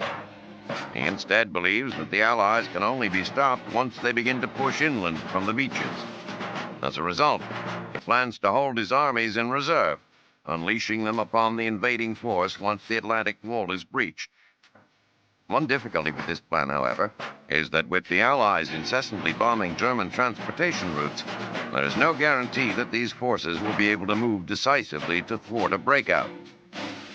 Another potential problem is that much of his force is made up of veterans of the Eastern Front. Although they are still weary and near broken from their travails there, the Field Marshal nonetheless trusts his troops more than Rommel's defenses. The conflict between two of Germany's greatest soldiers is no surprise to Hitler. Indeed, it serves his purpose to have potential leaders fighting one another rather than united, possibly against him. To make certain that neither man acquires disproportionate sway over the soldier in the field, Hitler places himself in command of the armored reserve in the Western theater. He perhaps is right to be worried that his commanders in the West might turn on him. Although Rommel and von Rundstedt might differ in their approaches to combating the invasion, they both, if defeated, intend to ask Hitler to end the war and sue for peace. Imagine a ship setting off on the dangerous run from Hawaii to the war in the Pacific. The crew is the regular mix of grizzled veterans and fresh recruits. The recruits are referred to by the mildly disparaging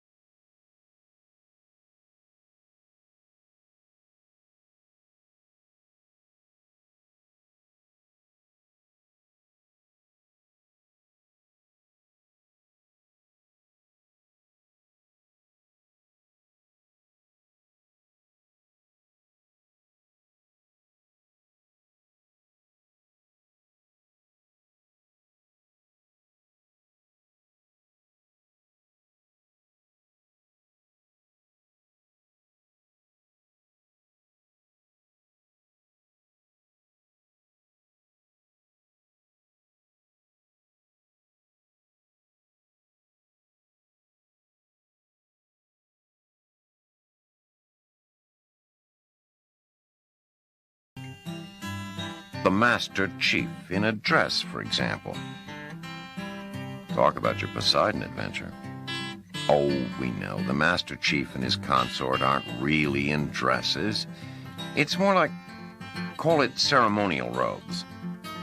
They are portraying King Neptune and various of his deep-sea denizens, come to inspect the ship and initiate the shellbacks into the fraternity of those salts who have crossed the equator. Leave it to Americans to turn a moment of serious introspection into an occasion for a merciless frat house hazing. After all, it's just a little harmless fun, right? Well, sort of. But this is where it gets kind of weird. You see, as adolescent as this may seem, it does serve a purpose. The same purpose, in fact, that all military ritual serves. The binding of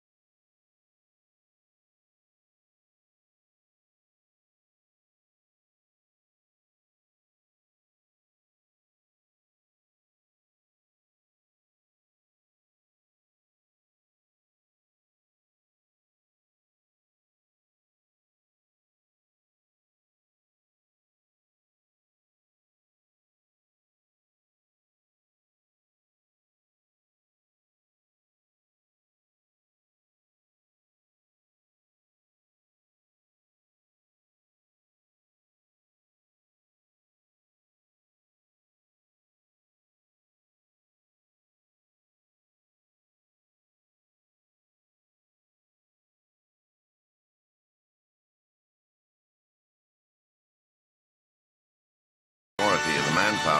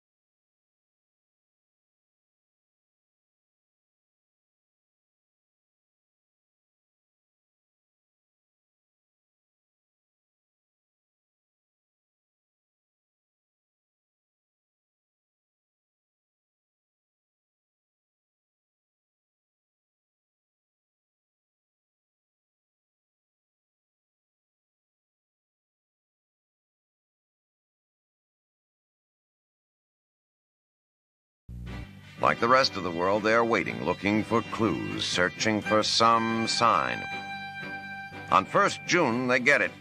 A coded transmission from the Allies to the French underground over the BBC, a line of poetry. The long sobs of the violins of August. It might seem just a bit of broadcasting nonsense, but German spies have known for months the line is a call for readiness, that the invasion is very close. That same day in London, Ike and his staff begin to receive twice daily briefings on the weather. The long-term patterns are dismal. Winds that would keep even the hardiest ships in port. Clouds that would make air cover impossible. Eisenhower's counselors are far from unified. Some offer dire warnings of failure, last-minute appeals for changes in the plan.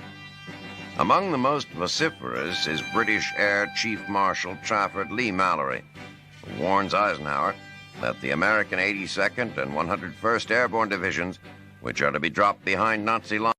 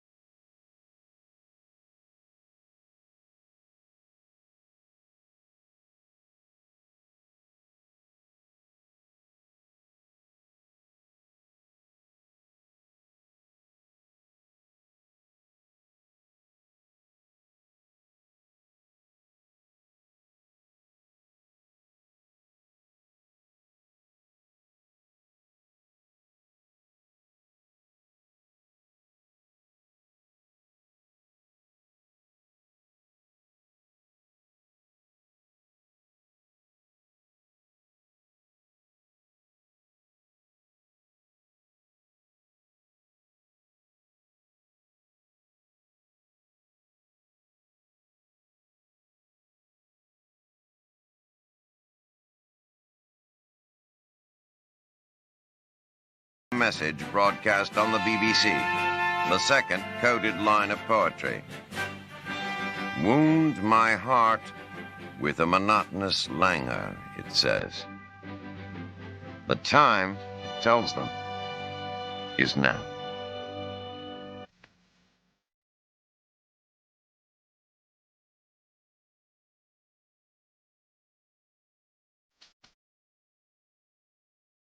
June 1944, England. Just after midnight, enormous formations of Allied bombers, transports, and gliders depart for Normandy in the first phase of Operation Overlord. Aboard is the first wave of the long-awaited cross-channel invasion. Paratroops of the U.S. 82nd and 101st and British 6th Airborne Divisions. Their job is to defend the flanks of the invasion beaches by securing key bridges and road junctures. The tension in the air is palpable. There is the occasional joke, gallows humor in the face of fear. But mostly all that can be heard is the drone of the engines. In France, men and women of the resistance have been doing their part to prepare for this moment. For months, they have kept a close eye on German troop movements in the region and kept Allied planners well informed. Having received the signal from the BBC that the invasion is imminent, they have begun cutting German communication and rail lines. Meanwhile, the paratroops approach their jump zones. The signal comes. The men, burdened by heavy packs, struggle to their feet. They mumble faint final prayers, and then green light. The men tumble from the plains. The invasion of Fortress Europe is on. The American jump zone is on the right flank of the invasion, near the town of Sainte-Mère-Église on the Cotentin Peninsula. High winds, however, play havoc with the parachute, scattering the troops over a large area. The Germans kill many before they reach the ground, unleashing brilliant streams of anti-aircraft fire against the helpless invaders. The men who get safely to the ground find themselves alone, lost in the French countryside. Their senses peaked. Every snap of a twig or rustling leaf raises the hair on the backs of their necks. Slowly, they form into small groups, attempting to reach their objectives. Several units of the 82nd land directly in Sainte-Mère-Église. A vicious street-to-street battle erupts, but with surprise on their side, the paratroops succeed in driving the startled Germans from the town, thus securing the first French city to be liberated by the Allies. To the east, the troops of the British 6th Airborne Division are charged with securing bridges over the Dives and Orne rivers. In addition, they are to silence a massive German battery near Merville that is zeroed in on the far eastern invasion beach. In a daring maneuver, the Brits in Horsa gliders land mere yards from a crucial bridge over the Orne. The Germans, caught completely off guard, are quickly routed. A small cafe near the bridge is set up as a field hospital, and the troops brace themselves for a counterattack. Near Merville, things don't go as easily. Upon landing, the battalion designated to silence the battery is shattered, reduced from 700 to nearly 150 men. The survivors know that if they don't knock out the battery, the landings will be cut to pieces. Fighting overwhelming odds and lacking proper equipment, they attack. Casualties are horrendous as the men fight their way through the German defenses, but within an hour they have claimed their costly prize. After a harrowing night, the roar of naval gunfire can be heard in the distance. It is a welcome sound to the weary ears of the Allied paratroops. They have done their part to assure the success of Operation Overlord. Both flanks are secure, and exit roads from the beaches are in Allied hands. The airborne troops must hang on until relieved, but for now, all they can do is pray for the thousands of men who are about to step into history on the beaches of Normandy.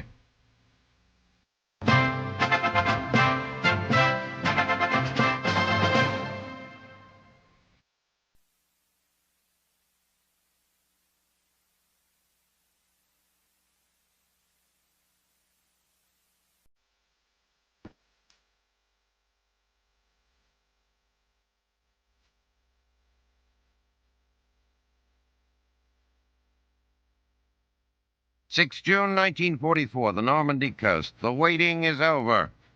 All of the preparations of the past 3 years culminate in this moment.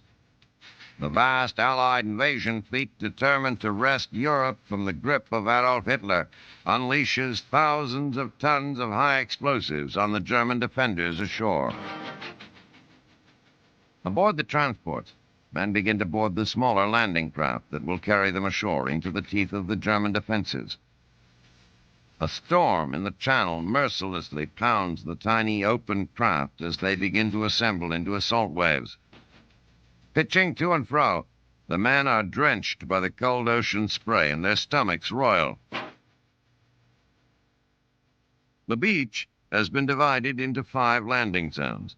The far west, a beach codenamed Utah, is to be assaulted by the U.S. 7th Corps under the command of General Lightning Joe Collins. To their east, on Omaha Beach, the U.S. 5th Corps will land under the command of Major General Leonard Giroux.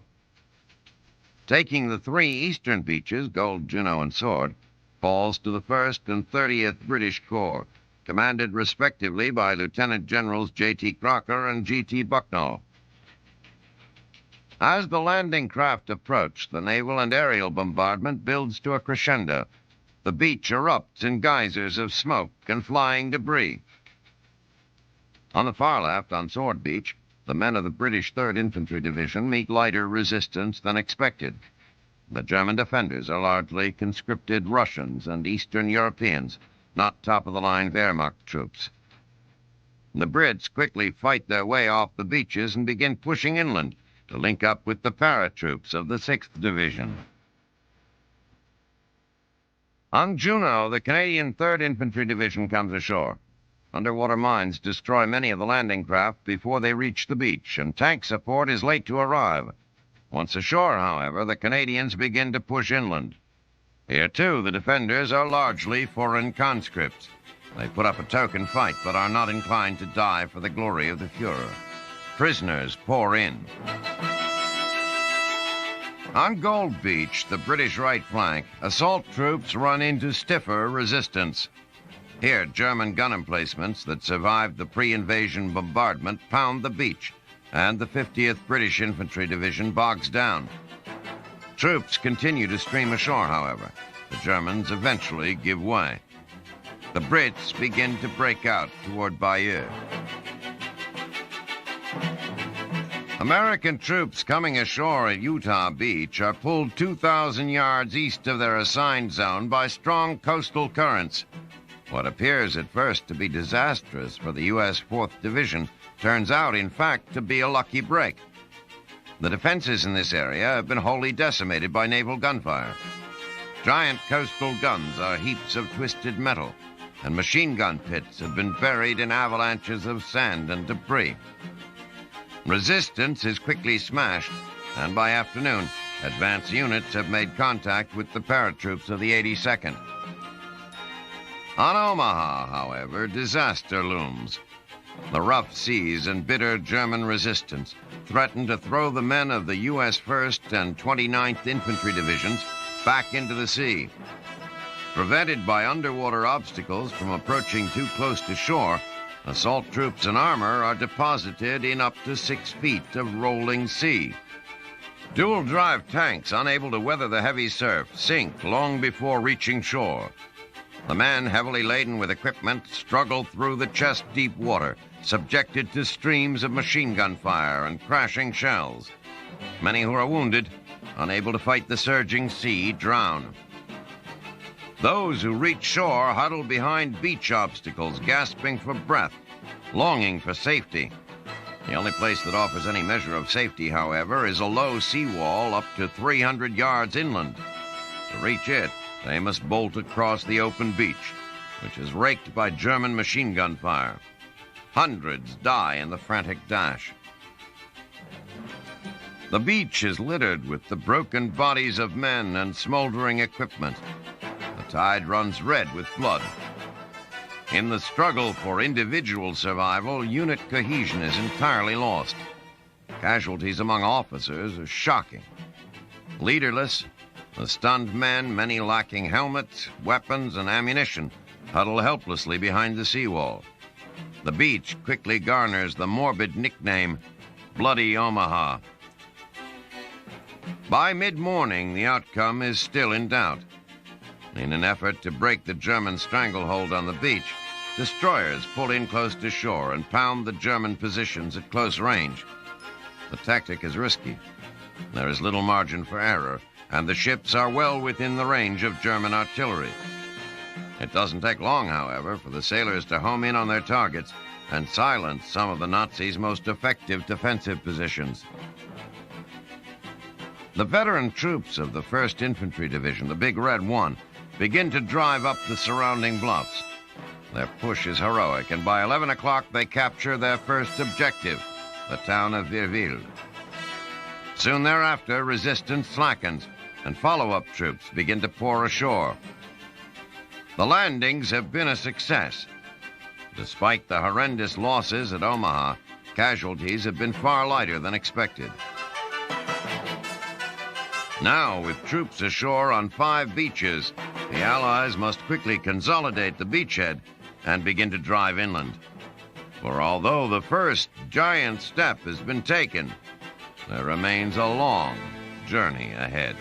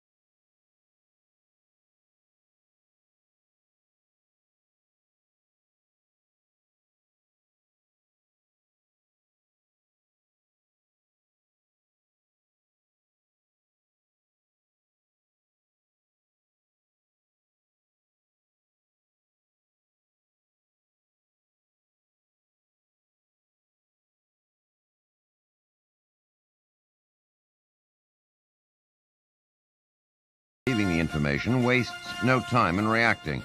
Convinced the fight for France is on, he alerts the entire 7th Army.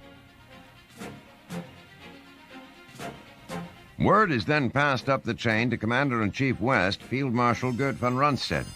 By 6 a.m., von Rundstedt is convinced this is a major invasion of northern France and contacts Hitler to secure the release of the panzer divisions held in reserve.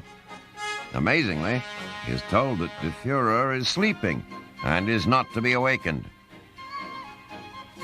Shortly after 6 a.m., with naval gunfire crashing down around them, the defenders of the Normandy beaches scramble to battle stations.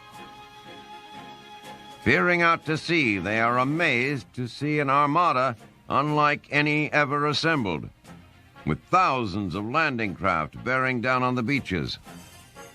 Many of the defenders have no stomach for fighting such an overwhelming force, but the men of the elite 352nd Division, guarding Omaha Beach, are determined to drive the invaders into the sea. Nestled in the hills overlooking the landing zone, they rake the beach with machine gun, mortar, and artillery fire. It's like a shooting gallery. There's a grudging respect for the Americans who doggedly advance in the face of such deadly fire.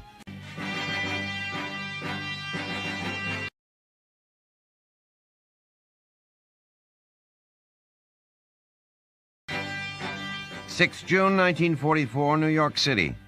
At 3:32 a.m. Eastern Standard Time, first word of the Normandy invasion is broadcast to the United States via shortwave radio from General Eisenhower's headquarters in Britain. As word spreads, the world becomes an audience captivated, and the phrase European theater takes on new meaning. Everyone, everywhere, is terrified and thrilled by the spectacle unfolding on the Norman stage. Among the first to hear the news are the swing shift workers in the factories which produced the props for the drama, the very vehicles and weapons making the invasion possible. Europeans first learn of the invasion in a number of ways: radio broadcasts, word of mouth, and newspapers. The people of Britain, suffering these 4 years the constant worry and strain of life on the defensive, scour the papers for every detail of the Allied onslaught. The people of France, some of whom first hear of the invasion through the shots and explosions of battle, gain something which they have dreamed of since the Nazi invasion: the promise of freedom. Across the country, citizens collectively hold their breaths in anticipation of an end to their long occupation. For the German people, the papers bring less joy. Confusion and tight Nazi censorship result in reports that are unrealistically positive. Readers of the news, however, cannot help but feel a bit of dread. The German people, for the first time, have an inkling that perhaps the Third Reich's moment in the sun is coming to a close. Little do the men on the beaches know that they are the world's actors. While the names of their directors are famous, the fate of the world hinges on the performance of the bit players. The prayers and hopes of entire nations rest not with Generals Eisenhower, Montgomery, or Rommel, but with men struggling in the sand, their names unknown to all but a handful of loved ones. The generals, too, have for a short while been relegated to the status of audience members. They spend the day like the rest of the world, anxiously awaiting reports of success or failure. A day's worth of reports pile up. Casualties, while high, are not as grievous as expected. Prior to the landings, estimates had soared to as many as 25,000 Allied dead and wounded. As the grisly count mounts in reality, however, it adds up to 10,000. A full quarter of these are comprised of the first men into France, airborne units who dropped behind enemy lines before daybreak. Another quarter of the casualties are men lost in the battle at Omaha Beach. That fight, while brutal, seems to have finally fallen in the Americans' favor. Lines have stabilized, and the men have been able to dig in, preparing for the next day's battle. As D-Day draws to a close, Allied commanders who have spent months planning must now use a very different skill. Their elaborate plan finally set into motion, the generals must now prepare to improvise, to abandon what is carefully considered in favor of daring gambles. What this means in the coming months is anyone's guess. But one thing is certain: for the civilians who knew nothing of Overlord yesterday, for the generals who had only a plan, and for the soldiers who were simply awaiting orders, the world has changed. After years of waiting, suffering, and watching, the curtain has finally risen on the drama that will decide the fate of the world. Arriving triumphantly, commander of the Fifth Army, General Mark Clark, parades through the town, claiming his mantle as liberator of the Eternal City. Clark's success in capturing Rome is a direct result of competition with his British and French counterparts. Since the breakouts at Anzio and Cassino, Allied commanders have directed a great deal of their attention to the race for Rome. Commander of ground forces in Italy, General Sir Harold Alexander's initial plan for Operation Diadem called for Clark's Fifth Army to throw itself into the pursuit, encirclement, and destruction of the German 10th Army at Valmontone. Instead, Clark shifted just enough of his troops to that mission in order not to be insubordinate, but threw the weight of his army northward. For the past week, they have been fighting their way up Highway 6 just ahead of their British counterparts for the glory of liberating Rome. French troops under General Alphonse Juin have also been involved in the competition. Their purpose in getting to the Eternal City first was to reach Pope Pius XII and deliver a message from Charles de Gaulle. Disgusted by the pontiff's endorsement of the Vichy government, he wished to explain to the Pope why he should throw his support behind the Free French. On 2 June, Pius XII made a public statement, a warning of sorts to those who might turn Rome into a battleground. He spoke of God's judgment against those who would harm the Eternal City. The next day, wary of losing more public support after the bombing fiasco at Cassino, the Allies made a radio broadcast. Mediterranean Theater Commander General Henry Jumbo Wilson said that Rome would be turned into a battleground only if the Germans used it for military advantage. On 3 June, Hitler finally decided that his troops would be better able to make a stand north of Rome and gave the order for their withdrawal from the city. Early in the morning of 4 June, French units found themselves the targets of a strafing run by American fighters. Enraged, General Juin believed that the attack was a deliberate attempt to stop the French advance. But the planes had also strafed American columns that they had mistaken for German. 4 June, the last German troops withdrew from Rome. Even as they trickled out of the north side of town, the Allies began pouring in from the south, transferring possession of the city almost without seeing one another.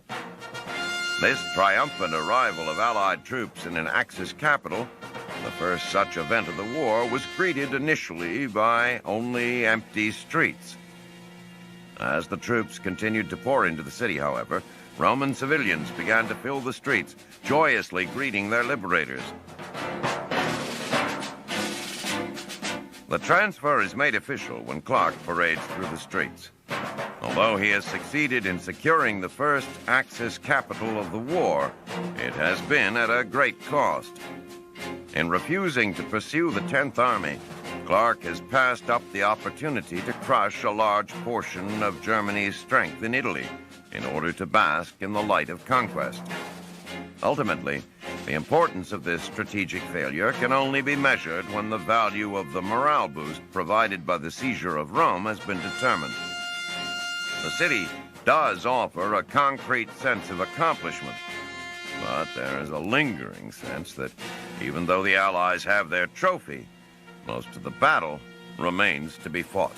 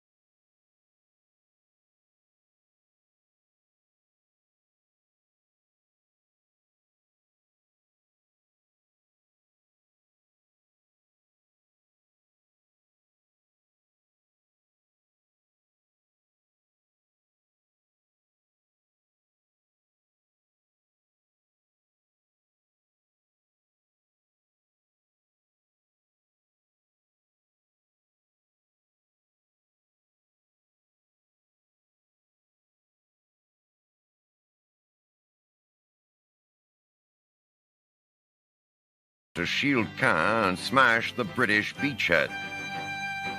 As the panzers begin to arrive, the British drive bogs down. Hopelessly outgunned, the Sherman, Churchill,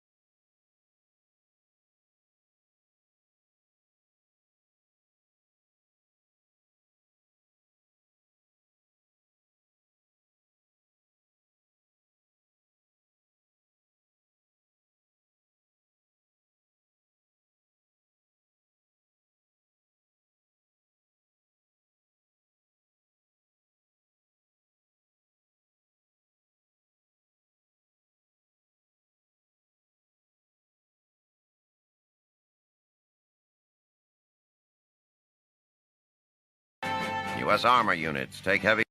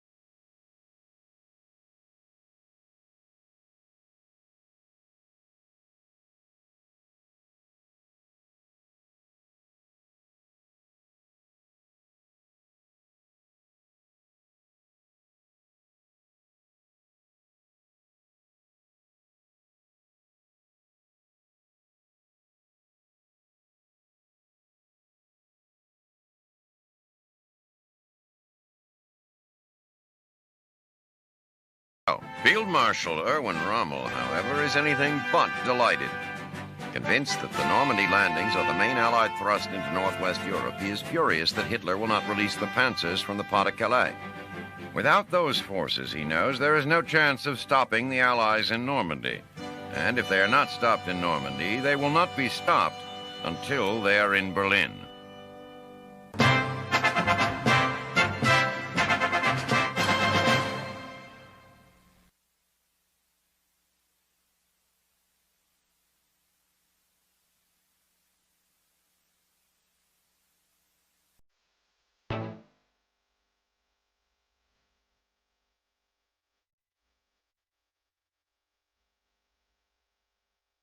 7 June 1944, the Mariana Islands. Japanese troops are caught completely off guard by an overwhelming aerial assault by pilots of U.S. Task Force 58.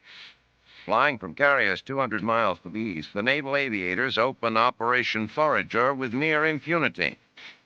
As Japanese pilots scramble to get into the air, the U.S. aviators go about the job of destroying enemy planes and ships in an almost relaxed manner. The reason for the early success of the attack are many, but it is due in great part to the time of day. Both carrier strikes are launched in the early morning hours. But in order to increase his chances of surprising the Japanese on Saipan and Tinian, Admiral Raymond Spruance takes advantage of the exceptionally clear afternoon and launches the opening sortie of Operation Forager a day early. The product of 3 months of intense planning by Marine General Holland Smith and Admiral Spruance and Kelly Turner, Operation Forager is an offensive rivaled only by Overlord in its scale and complexity. Aimed at the capture of Saipan, Tinian, and Guam, Forager marked the first Allied attempt to break Japan's innermost defensive perimeter. Saipan's Sasleto airfield is the first objective of Forager. Once taken, it will provide the U.S. Army Air Force an air base from which to launch its new B-29 superfortresses against Japan. Seizure of Sasleto will also severely limit Japan's ability to patrol crucial sea lanes. The opening strike of Forager is catastrophic for the Japanese. By the end of the first day, 147 fighters, 3 warships, and 30,000 tons of shipping have been destroyed by the marauding American pilots. For the next 2 days, Task Force 58 launches an almost constant series of attacks against Saipan, Tinian, and Guam, destroying an incredible number of enemy planes. Japanese commanders in the Marianas failed to inform Tokyo of the magnitude of their losses. Realizing that they have been caught unprepared by a major Allied offensive, the Japanese command dispatches 2 fleets to help repulse the invasion. While aware that their ships are hopelessly outgunned by the American Armada, they assume land-based aircraft in the Marianas will be able to protect them. These land-based aircraft, however, no longer exist, leaving the fleet at a distinct disadvantage. On 14 June, in preparation for impending amphibious landings, U.S. battleships are brought to the fore to pound Japanese beach defenses on Saipan. On 15 June, men of the 2nd and 4th Marine Divisions land just north and south of Afetna Point on the eastern side of Saipan. The Marines anticipate a difficult battle against the island's 30,000 Japanese defenders, but a carefully timed final airstrike suppresses most opposition. Within 20 minutes, over 8,000 Americans are ashore, digging in. The Japanese, however, quickly regain their senses and begin pounding the beachhead.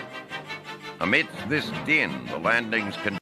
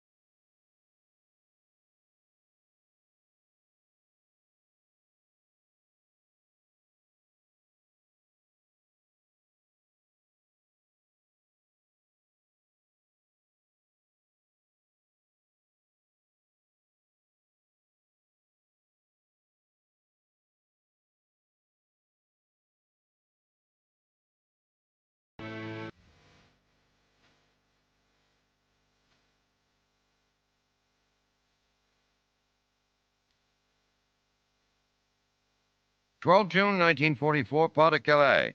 From a handful of carefully concealed launch sites along the English Channel, the Luftwaffe launches the first of Nazi Germany's secret vengeance weapons toward England.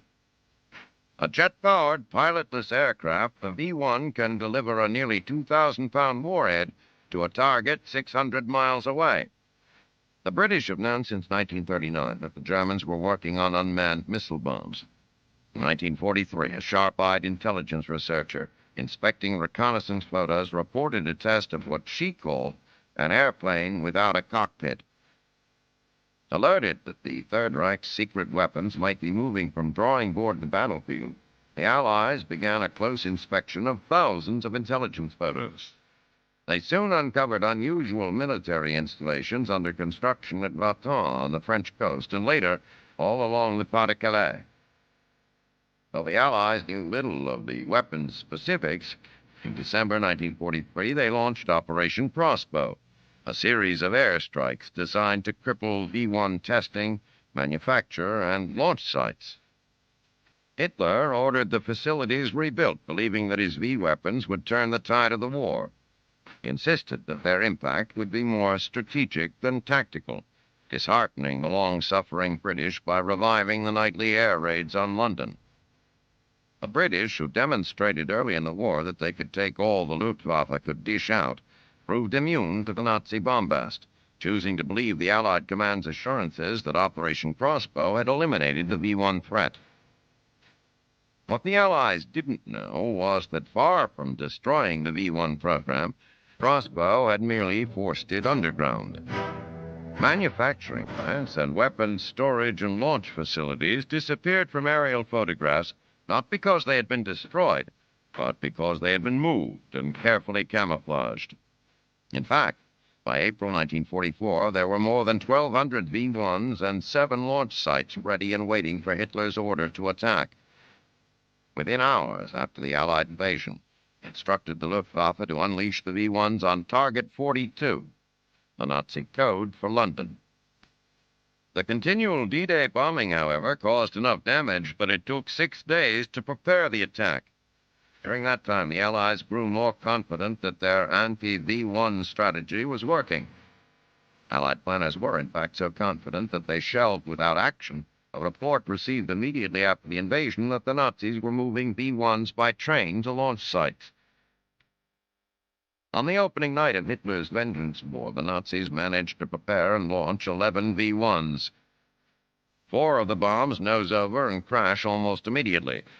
2 others simply disappear over the channel. The British take some notice, however, of the other 5.